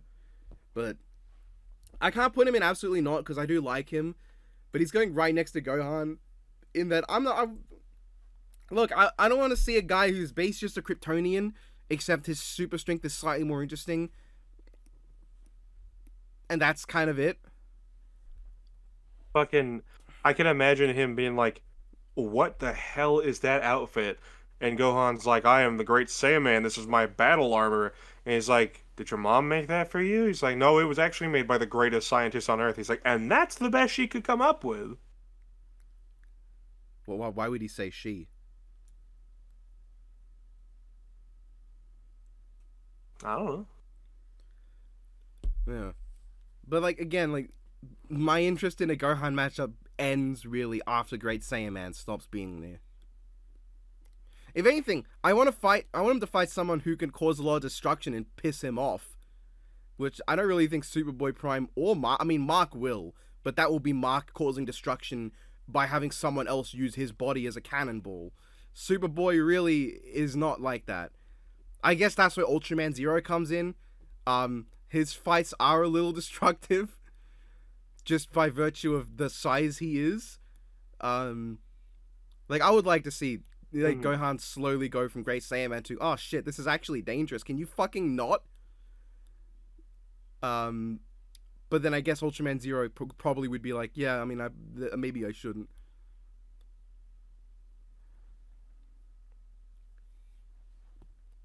I mean, I'd rather see Ultraman Zero versus Mothra Leo, though. I mean, to be honest, it's less fair, but like, yeah, with how Mothra Leo works, I could see like Mothra Leo and Ultraman Zero flying across universes just to body slam each other.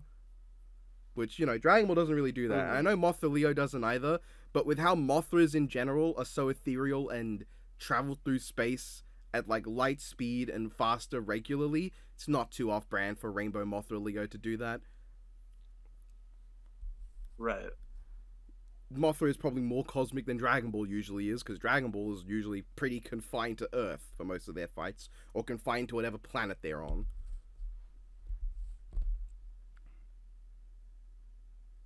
Oh, I do not know this character coming up, but you do. I do.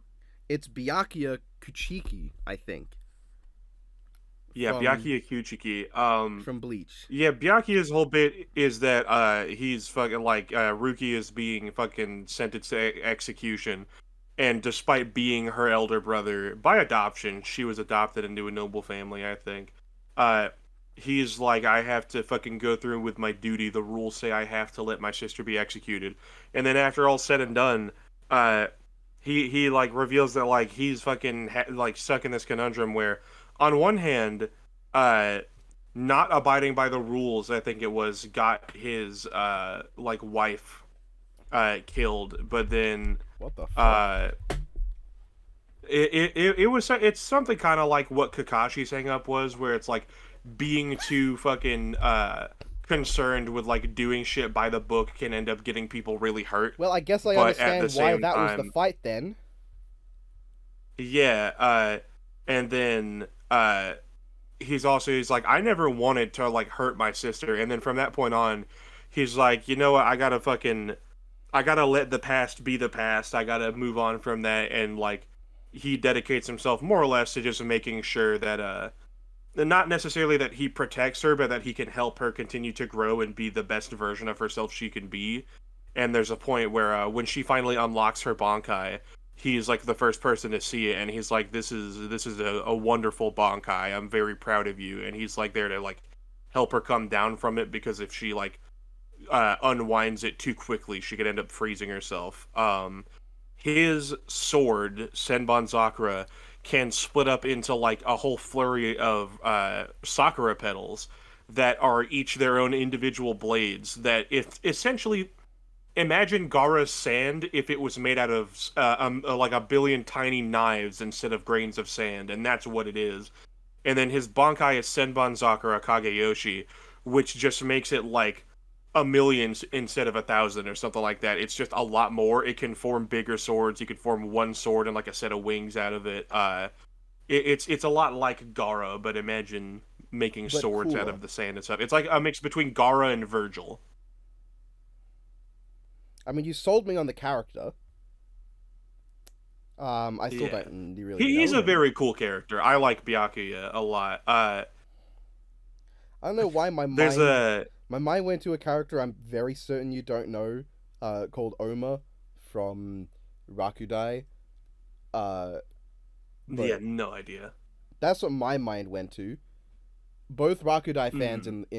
in watching the video, you can tell me how that goes, because I'm not up to date with the manga at all. Mhm. I mean, I'm pretty There's, sure uh, Byakuya fucking there's- slaps, but because like unless he doesn't scale to Yeah. anything, because Oma should cap at I think Mountain. He should scale like around where the current peak of like Bleach stuff is. Even if he doesn't scale to like the star level stuff, he should scale to like large planet level stuff. Just because the novels have gotten past Thousand Year Blood Wars cap, Mm. and then we're getting a new arc at some point in the near future, which is exciting. Uh, there's an enemy that they end up fighting called Tsukishima, who's able to like hit someone with his ability and then implant himself into their past, like not put memories of him in the past, literally make it so that he was always there. Uh, essentially think like the Graggle Simpson meme where people are like, "Oh yeah, this classic character that was always there, him," but that's his power. That's what he does. Huh. And he's like, "You can't fight me, Byakuya. Remember, you owe me your life because I saved you from dying this one time." He's like, "That may be true that I owe you my life and you did save me from dying, but the debt that I owe Ichigo Kurosaki for how he has helped me and my family far outweighs that." And he just beats the shit out of him anyway. That's kind of goated, actually. He's such a fucking cool character. Bleach is so good. I hope you give it a shot sometime. I mean, my only experience with Bleach is that the first chapter really didn't capture me when I first read it. That is definitely an issue that I ran into as well, that the first chapter wasn't that strong, but I think especially when you get into the Soul Society arc, things will really pick up, which is like after the first 10, 11 Would you say that chapters. Naruto is the worst of the big three? In Not my saying bad. opinion, Not saying I would bad. say so. Like, obviously not saying bad. Yeah, I think Naruto's good. all three of them are great, but I think Naruto is the worst of the big three just because there are so many points where it's like I wish things would have been done with characters or characters would have been utilized that just aren't really. Meanwhile, Bleach and One Piece never really feel like any character just gets completely left behind. It feels like every character gets to do That- something. Every character has a moment or two of like big things happening That, for them. that reminds me when I saw it's like a post that was like, Naruto is like, what's the manga, Kishimoto? Is the only one to not sexualize his yeah, females. Kishimoto. And like the top response was he was also the only one not to give them personalities. Yeah, fucking on the polar opposite of that, Tite Kubo, mangaka of Bleach, in one of his Kubo Outsiders, which is just like his fan Q&A stuff that he runs on his own website. Someone asked him like, "What's your opinion on like adult fan art of your characters?" Like asking about like NSFW stuff. He's like, "I think it's pretty rad. If you have any that you've drawn personally, send it my way. Email me." Wow, okay. So we've gone a little off topic here. Or no, it's not even off topic. It's technically on topic. But we've strayed away from the Yeah. conversation of, do you want to see Byakuya on Death Battle? And does he have a matchup you like? I'm assuming not Kakashi, though. I wouldn't mind Byakuya versus Kakashi, but I don't imagine there's much to cover for Kakashi that they didn't do fine enough in Obi-Wan No, Kakashi. they wouldn't give him a Susanoo, even in a round 2. His other big matchups are Sesshomaru and Itachi. I like Byakuya versus Itachi, especially with the angle that like both of them seem a lot more outwardly villainous when they first appear than they really are, and it's like the whole time they do have their siblings in mind. Itachi was the one that came to my mind first. I just didn't say it because I felt like that was an obvious one. Yeah. That's what. Yeah, came to mind Itachi first. versus Byakuya is a cool matchup. Sesshomaru I can't speak to as well because I haven't seen or read a lot of Inuyasha, but I'm sure it's fine. I'm sure Byakuya fucking destroys him. I think Planetary is where Inuyasha gets. Yeah, I think that's about where it caps out. Meanwhile, it's like Byakuya should be around there. Byakuya also beyond just his Zanpakuto and like his fucking sword abilities, he has he's one of the more adept users of Hado and Kido, which don't typically get brought up that much outside of like Aizen in Bleach debates. But that's basically magic spells. He can make barriers. He can make like binding attacks. He can shoot like fireballs and whatnot. So now, because this tier list is joint your opinion and mine, this is all going to be your opinion. Where do you put Byakuya? In would be cool, or you absolutely want him? I would put him in would be cool because there are a handful of other Bleach characters that I do like more than Byakuya, but I would be excited to see him. All right. So moving on from him, we have Kirito. Now there is a part of me that there are people I know who are fans of Sword Art Online, and I don't want them to get unjustly shit on because hating on Sword Art Online is still a big thing. At the same time, they would absolutely get shit on more if he made it on Death Battle than if not. They would absolutely get shit on more because the whole waiting period would just be people shitting on Kirito. Me personally, I don't care. Because there are matchups I like for Neo. I mean, I'll keep it as simple as just I do not like Sword Art Online. I don't care to see it. We have what might be the best hair on this tier list with Shantae. I have not played the games. I'd like to see Shantae. I think indie game rep is definitely more needed than has appeared. I don't really have a matchup that screams to me. I feel like Shantae Shovel Knight is a bit overplayed at this point, and it really doesn't go as farther beyond. Technically, Shantae is an indie character, and Shovel Knight is too. I've also seen Shantae versus Aisha from I think the game itself is called like Aisha's Quest or something like that, but it's part of the wider Monster Boy franchise, which is the same stuff that Adventure Island is a part of. I've seen Sash, I think the name is. from Sash Lilac, I think, was the name from Freedom Planet. Freedom Planet. Am Yeah, I correct in that name? I think both work. Tell me down Lilac. below. Yeah. I'm gonna put her in Wanted, but don't have a matchup for because I would like to. I mean, I know people are gonna say it's just because she has purple hair. I would like to see more indie games. If this was Steven Minecraft, it would be on here too. Fuck, there's an Enderman on this list. Okay, let's ignore that. Let's go to Philia. I mean, speaking of indie games, like I fucking love Cave Story. I love Binding of Isaac. I love technically Super Meat Scribble Boy. Knots is not an indie game, but I Super think Meat it Boy. started Super as... Meat Boy. Put yeah, him Super in a Meat death Boy. battle. Also, yeah. I don't know what you could do with him in a death battle because he is. He's an unlockable character in another indie game where he gets a gun.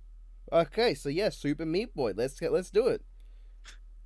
All right. Can you imagine Super Meat Boy versus like a Meat from Mortal Kombat meets like dual wielding his cleavers, and Super Meat Boy's just got a pistol? That feels like the most not death battle coded matchup you've mentioned since Chris versus Golem, like 30 minutes ago. You don't say.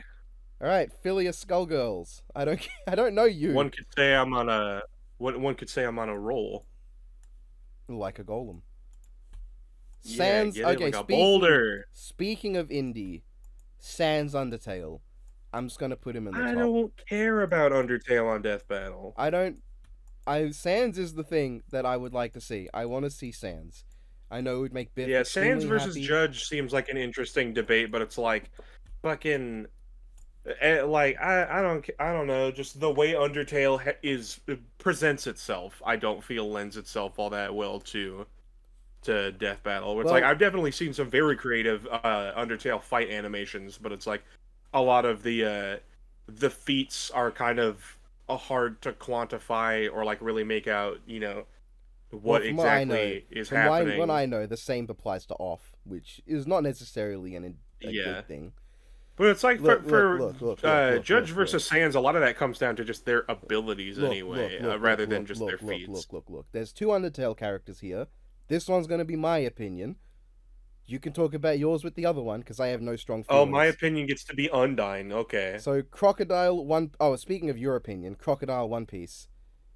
You had a matchup for him, didn't you? And it was not Gaara. You said you did. You also have a matchup for Gaara, which is a One Piece character that's not him. Fucking, hold on, let me think. That's it's not a loaded question, but You can talk about the Gaara one from One Piece you like. That's not Crocodile. Gaara versus Katakuri. It's based. They have similar standings, fighting styles. It's fairly. It's not really that debatable. Gaara probably wins. While you're thinking, I'm going to use my Kamen Rider belt that you for some reason can't hear, and I'm going to see whether or not my mic can pick it up at all, and if it'll be in the video. I have a Kamen Rider belt. Cyclone! Joker!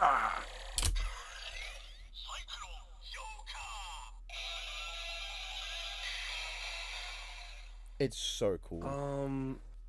I want to get more now. Crocodile versus Giovanni, I guess, because they are bosses. They distribute their powers and dirt and sand, ground. Yeah. You see, the floor. Famous not death battle combatant. The floor. Yeah, floor versus ceiling, my goat. I mean, no, I did use the floor. Remember, kind of the ground. You're gonna have to clarify for me. The ground in an episode. Just like the vague idea of what is under your feet. The funny thing is, I'd like to see Crocodile. Do you have a matchup? The thing is, Giovanni's the one I could think of. I'm sure at some point I did have one and I've just fucking lost it. But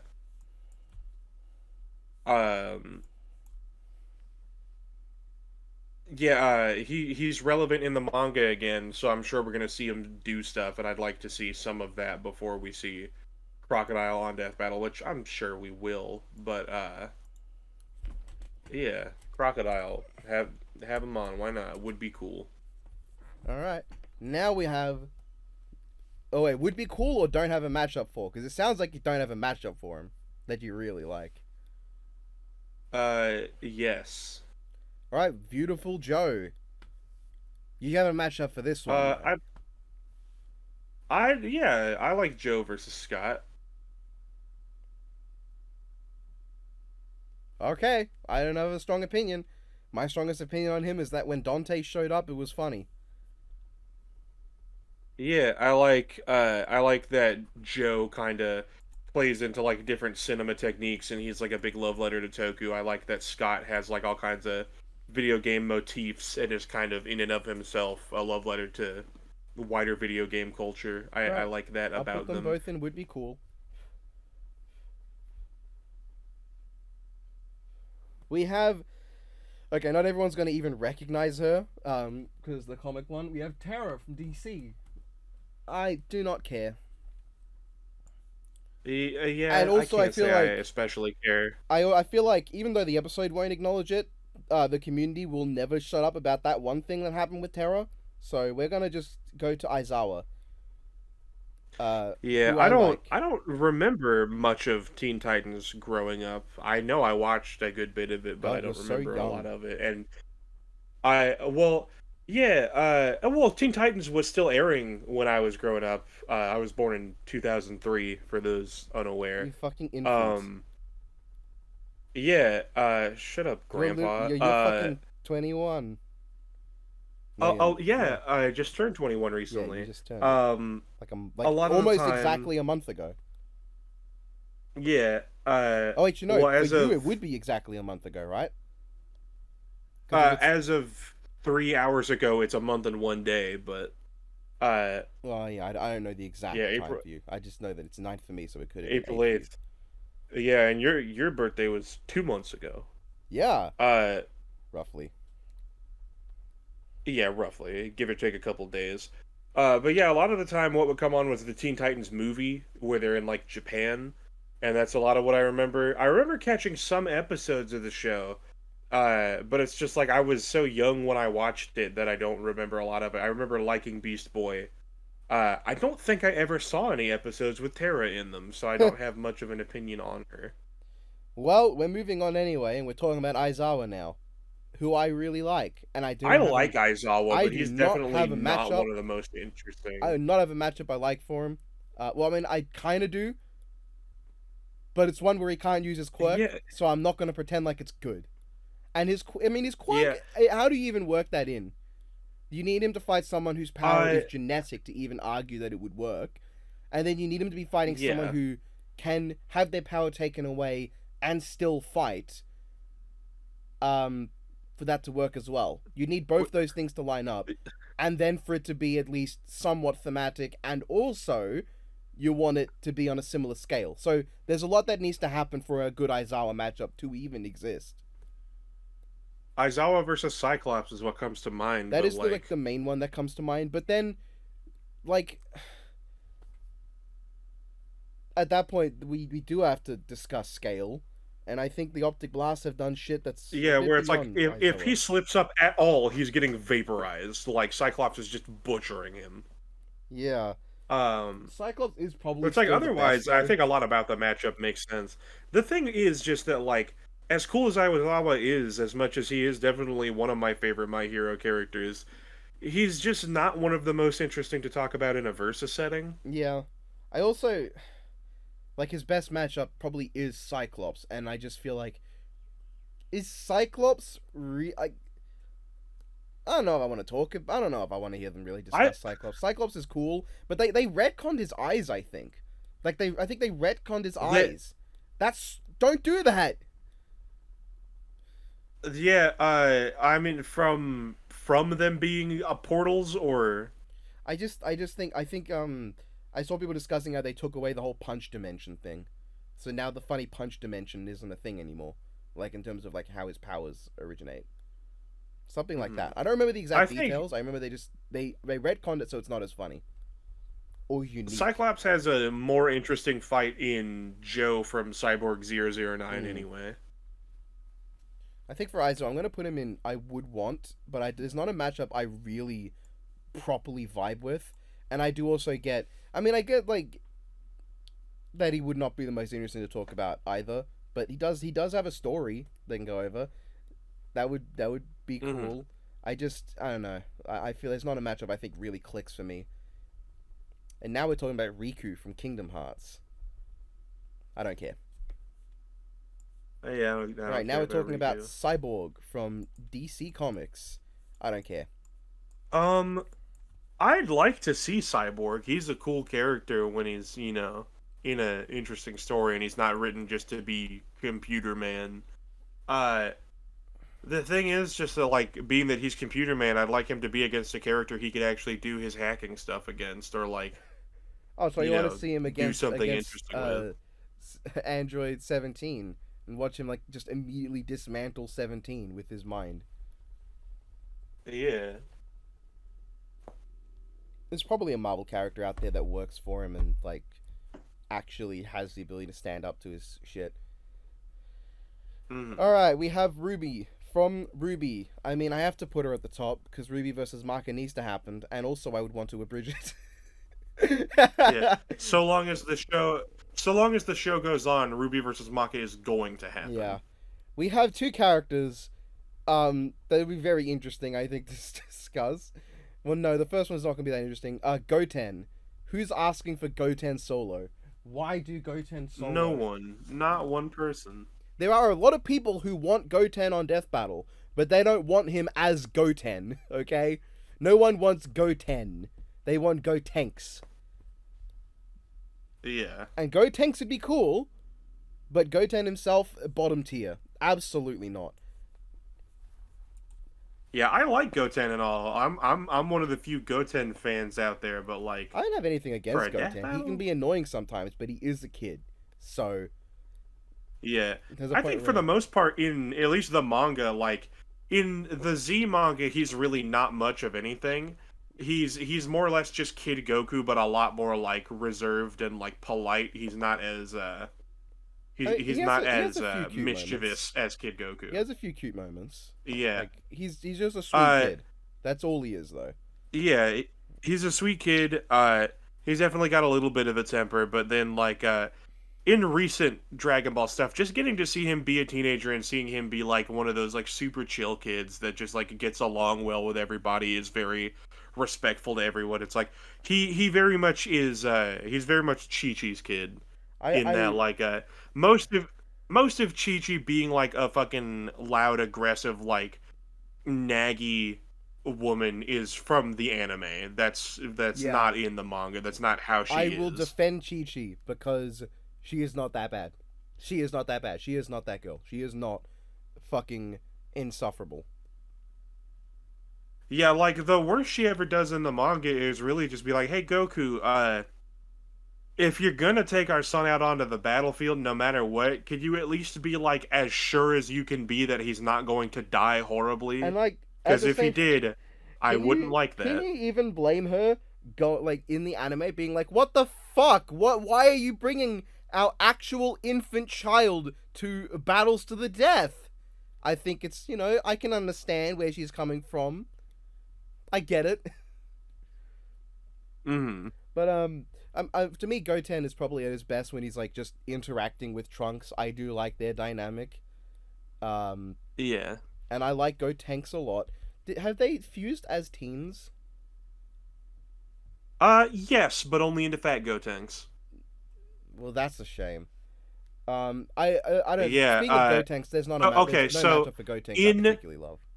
In Superhero, he becomes Fat Gotenks in the fight against Cell Max, and then at the very end of the movie, as they're like scrolling through and like showing all the characters, it shows them fuse and then like the energy swirl up around them and do it correctly, but we don't get to see them as Gotenks. Why would I want to watch So this movie? it's just they're being teased because there really is a lot to like about it. It's a I'm very sure there is. visually nice Look, movie. look, All of the people- new characters, Gamma 1 and 2, and the new like Jiro's grandson are really cool. Like getting to see Piccolo and Pan and everybody be actual characters is nice. There's so much good about it. It's just the big moments, like the big action moments, are always dumb. Yeah, look, when I did that poll for what people want me to rank next, just under Lego is Dragon Ball movies in terms of like the votes. So maybe I will, and I will have to watch Superhero.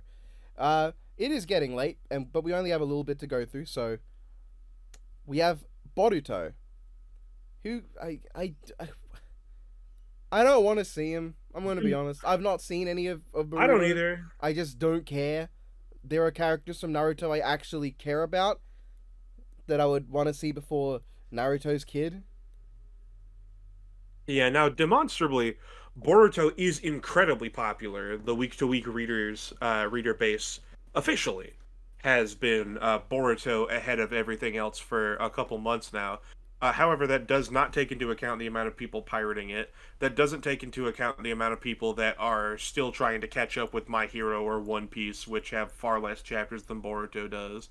That's not counting how many people are like reading multiple things at once. There's a lot that doesn't go into that, but Boruto is incredibly successful right now. It has been in something of a renaissance, and apparently it's in a really good spot right now. I'm not gonna put him directly at the bottom. I will put him a little bit above.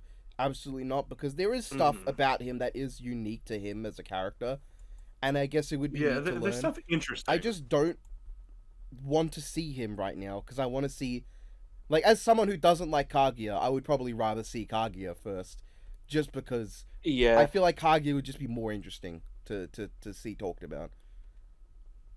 Boruto. Yeah, it's just crazy to me because it's like I've heard both sides of. I've heard people describe to me, "Oh, Boruto's so good when you don't consider it as a Naruto sequel." I'm like, yeah, it's kind of hard to do that when the main character is Boruto Uzumaki and Naruto is literally part of the main cast. But then I've heard people say, "Oh, it's at its best when you consider it as a Naruto sequel." I'm like, okay, well, I don't know what to believe, and I don't feel that enticed to read it, so I'm not gonna. Yeah. Next we have Pearl, Steven Universe. Don't care. Actually, I just don't know this character well. Don't care. Undyne, you said your bit. Cry about it, Ray. Cry about it. You said your bit about Undertale already. I'm just gonna put her at the bottom for you. Yeah. But I don't really care for her. Bakugo. Alright. I really want to see Bakugo, but I don't have a matchup for him. That is how I feel. I would love to see him. I don't think I want any of it. I mean, the matchup I feel the strongest for right now is Brachydios from Monster Hunter. That should tell you the state of his matchups, in my eyes. Because it's like, Bakugo really is a lot more of a character than a lot of people want to give him credit for. Yeah. I don't know what it is about My Hero fans, that it seems like if a character is introduced in a very rough way, or they're just introduced as a really shitty person, that they are absolutely beyond, like, any redemption. They can't have the character arc. They can't ever get better. People refuse to give Bakugo the time of day. They refuse to give Endeavor the time of day. Unless they're Shigaraki. And, like, I see a ton of people wanting unless to they're see Shigaraki. like, Shigaraki have a redemption arc. It's like, fuck you. Are you fucking joking? Yeah, where it's like, I don't know. It feels like people are just ignoring, like, Everything. yeah, like, because Endeavor's character arc is genuinely one of my favorite I've ever read in manga, and Bakugo's is really solid too. I don't know, it just sucks seeing so many people that are like, oh, these guys are so shitty, they're so shallow, they're so evil, they're so mean. Shoto was introduced as kind of a bit of an ass, but because he wasn't as badly introduced in terms of level of dickheadishness, he gets a lot more leeway. Because he was just introduced as kind of a prick, but not an outright asshole. Yeah, kind of abrasive, kind of antisocial, but not outwardly like a nasty person. Yeah. He doesn't have the personality of a steaming turd, as Kaminari would put Bakugo. Yeah. I know there are a lot of people who have like mocked his like original superhero outfit, and like, yeah, it looks stupid, but at the same time, I kind of get it. I kind of get it. Mm-hmm. He really wanted to overemphasize the ice. I just really wish people would give Bakugo or Endeavor the time of day. I'd love to see them both on Death Battle. They are some of my favorite characters in My Hero. Aka at the time of day. Yeah, honestly. What is your Endeavor, what is your Endeavor matchup? Out of curiosity. I'm not sure what my Endeavor matchup particularly is. I definitely see the vision for the people who like Endeavor versus Tatsumaki, but I feel like Tatsumaki's already had a... a fine episode so I far. didn't see anyone bring I up wouldn't. Endeavor Tatsumaki until I did, so I'm gonna take credit for that one, even though I know in my heart I, it I wasn't me. wouldn't. I wouldn't mind seeing her come back against Endeavor. There's the crowd for Ozai that I don't care about Ozai. Where it's maybe that's sacrilegious. I don't know what people's thoughts are on Ozai as a character in Avatar: The Last Airbender. Uh, Oh I no, don't dislike Avatar. I think it's fine, Ozai but it's never is been one of my considered favorite cartoons. best as like a threat as opposed to as like a full character. It's the build up to him and how Yeah. he's portrayed as opposed to how he is as his own character that makes Ozai what he is. And at the Mm. same time, we've only really seen him fight under the effects of the comet.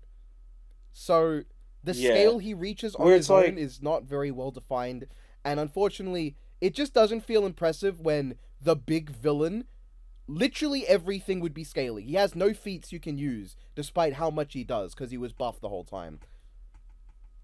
yeah. I am I staunchly feel like against at some Ozai. point I'm definitely going to find the Endeavor or the Bakugo matchup that are going to click with me. I don't have them right now, but I mean, outside of the like Death Battle I think context, I feel like Tatsumaki would work for you.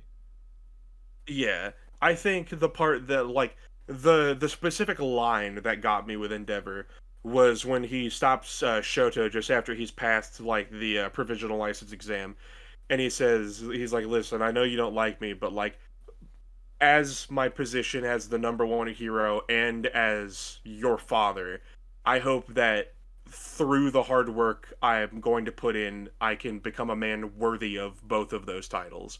Where it's like, Endeavor knows that he's nothing. Endeavor knows that he's just the biggest piece of shit in the world. But it's like, seeing him do everything he can to, like, try and, even if he can't atone for it, just, like, provide the best he can for the society that he's now having to carry on his shoulders and for his family that he has led to the point that they're at.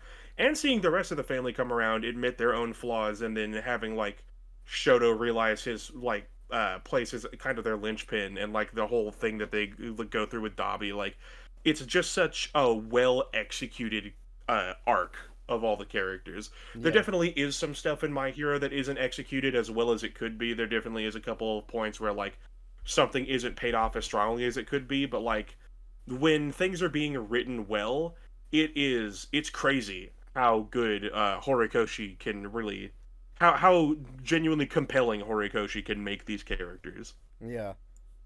Yeah, I can see. And while you were talking, I've just put Slender Man at the bottom because I realized, no. No. I'm sorry. I can't put Slender Man higher. For Death Battle at least. He is a not Death Battle coded See, combatant. I don't know how to feel about Slender Man. I've been I feel like I've kind of relapsed on Slender Man culture lately because I used to be like a big creepypasta kid. I know. Yeah.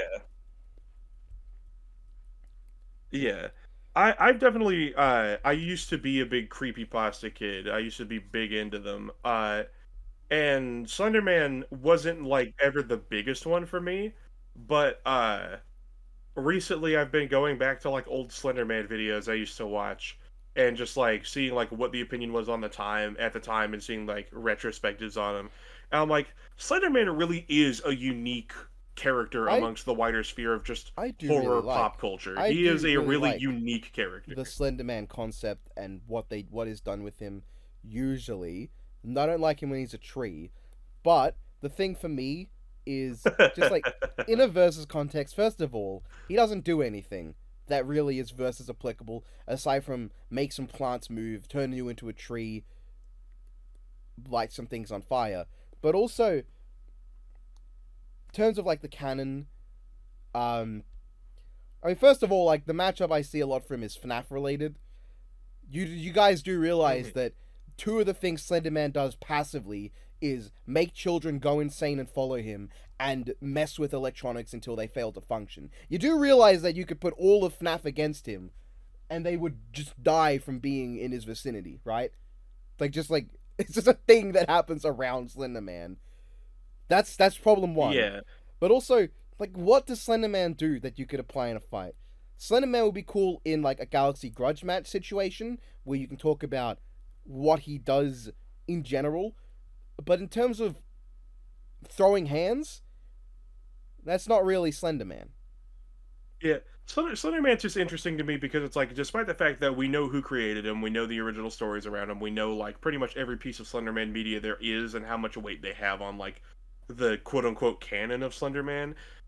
Despite him technically existing as a character, he feels almost more like an idea in Yeah. the realm of horror, almost something like a cryptid or something like the idea of like a boogeyman. Honestly, Slenderman versus a cryptid might be the best you could go with. Like, find a cryptid that actually works. Hmm.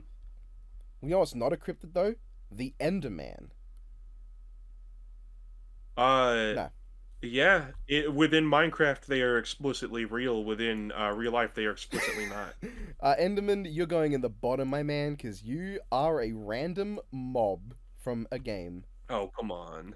I Come like on. Enderman. They're probably my favorite mob in Minecraft. But Nem, he's purple. He's... Oh, fuck, I can't actually rebuttal that without sounding racist. He is purple adjacent, yes. I like Enderman, I do. His eyes are purple. I just don't think they should be on Death Battle. I think you just do fucking Steve. Or even Alex. Alright, Noctis. My boy! You are not even in my top 5 favorite Final Fantasy protagonists, but that's not because you're bad, that's just because they're great. I love Noctis. The problem is the matchup I like for him is Fate. Like, it's a Fate character, it's Charlemagne, and I would rather not. So, I'm going to put him in Want, but don't have a matchup for. And you've not played Final Fantasy 15, so you can't comment. You don't know that, but you are right. What I also know is that you probably know more about Rock Howard than me with his singular game of canon. So, that is the last character we're here on, because they ended the last episode with the character's death dial's not used. Technically, more than one game of canon. We did see him as a child before he was playable. Yeah, well, yo, you know what I mean, though. You know what I mean, though. Is there a Garo 2? Well, yeah, there's a Garo 2 coming out. Yeah, I thought so, but that's not out yet. We've been seeing character trailers for it. I'm excited for it. I hope it's good. I mean, it's just cool that Rock's gonna have something new now. Yeah, the idea that he is all of the character and all of the like, goodness of Terry with all of the abilities of Geese and a lot of his own abilities as well is really cool. I like the visuals, like how characterful his visuals are. Yeah, he definitely has like some of the most sauce of any SNK fighting game characters. The matchup I would like for him the most is Sean Matsuda, but the issue is Capcom is allergic to letting Sean do anything. Because it's like I would love to see Sean in a new game where he's a mix of Shotokan and Brazilian Jiu-Jitsu, like the Matsuda Jiu-Jitsu that his sister uses, and seeing him like, can you imagine him using both like Denjin like Ryu uses and then like the fucking flaming foot shit that Ken does? So he's like a mix of Ryu and Ken and his sister that all four, and then like obviously he's got his own stuff with like the basketballs and like his double-handed Shoryuken and stuff where it's like Sean has so much of his own identity and could also incorporate so many things from so many other characters that define who he is that just, if they gave him a chance, he could be like the fucking coolest Street Fighter character ever. If they gave him a chance. He could be so cool if they just let him. Honest. So I'm gonna put Rock in Wanted, but don't have a matchup for, because let's be honest, that's not a matchup. That's a matchup that would be cool in theory. Because now, there's a lot of matchups for Rock out there, but none of them really speak to me. I assume most of them is just like the kid. Yeah, it's usually like is related to bad guy, was raised by good guy. Yeah. So that would be the tier list. Y'all can see it. Wow. You can see our thoughts. This is combined, not just one opinion only, because I don't think I would put Ippo up there. Yeah, I know he wouldn't put Sans up there. But this is roughly it. This is it. This is what we think. And if you disagree, tell us down below in the comments. Get that engagement going. And while you're down there, you can also look at the description and see my Patreon. My question of the day is, who is your favorite non-canon anime character? They can be from a movie. They can be from filler. They can be entirely just fucking bullshitted for an adaptation, as long as they do not appear in the original source material. Tell me who it is. Is it PyCon? Is it the random girl they introduced in the Yu-Gi-Oh! Chapter Zero anime? Is it Is the it Ostrich Ninja? Douglas Bullet? Is it the Ostrich Ninja? Is it Mecha Naruto? Go ahead and tell us in the comments. Is it fucking Darts? I like Darts though. He's not great, but he's fun. That's the video. Alright, bye everyone. We will do DBX in the future. Don't you bloody worry. And yeah, this tier list that I made will be linked in the description as well. So you can go do your own. Because I think the one Minute Melee Combatants tier list that might exist, probably does exist, has all of them, which doesn't really fit the theme. I didn't want there to just be a whole. Dude, are you ready? list of all Are of you them. ready for the DVX when we get to rank 100 Barakas? I mean, it's just gonna be Baraka, but I kind of also want to put 100 of them on there. Anyway, that'll be it.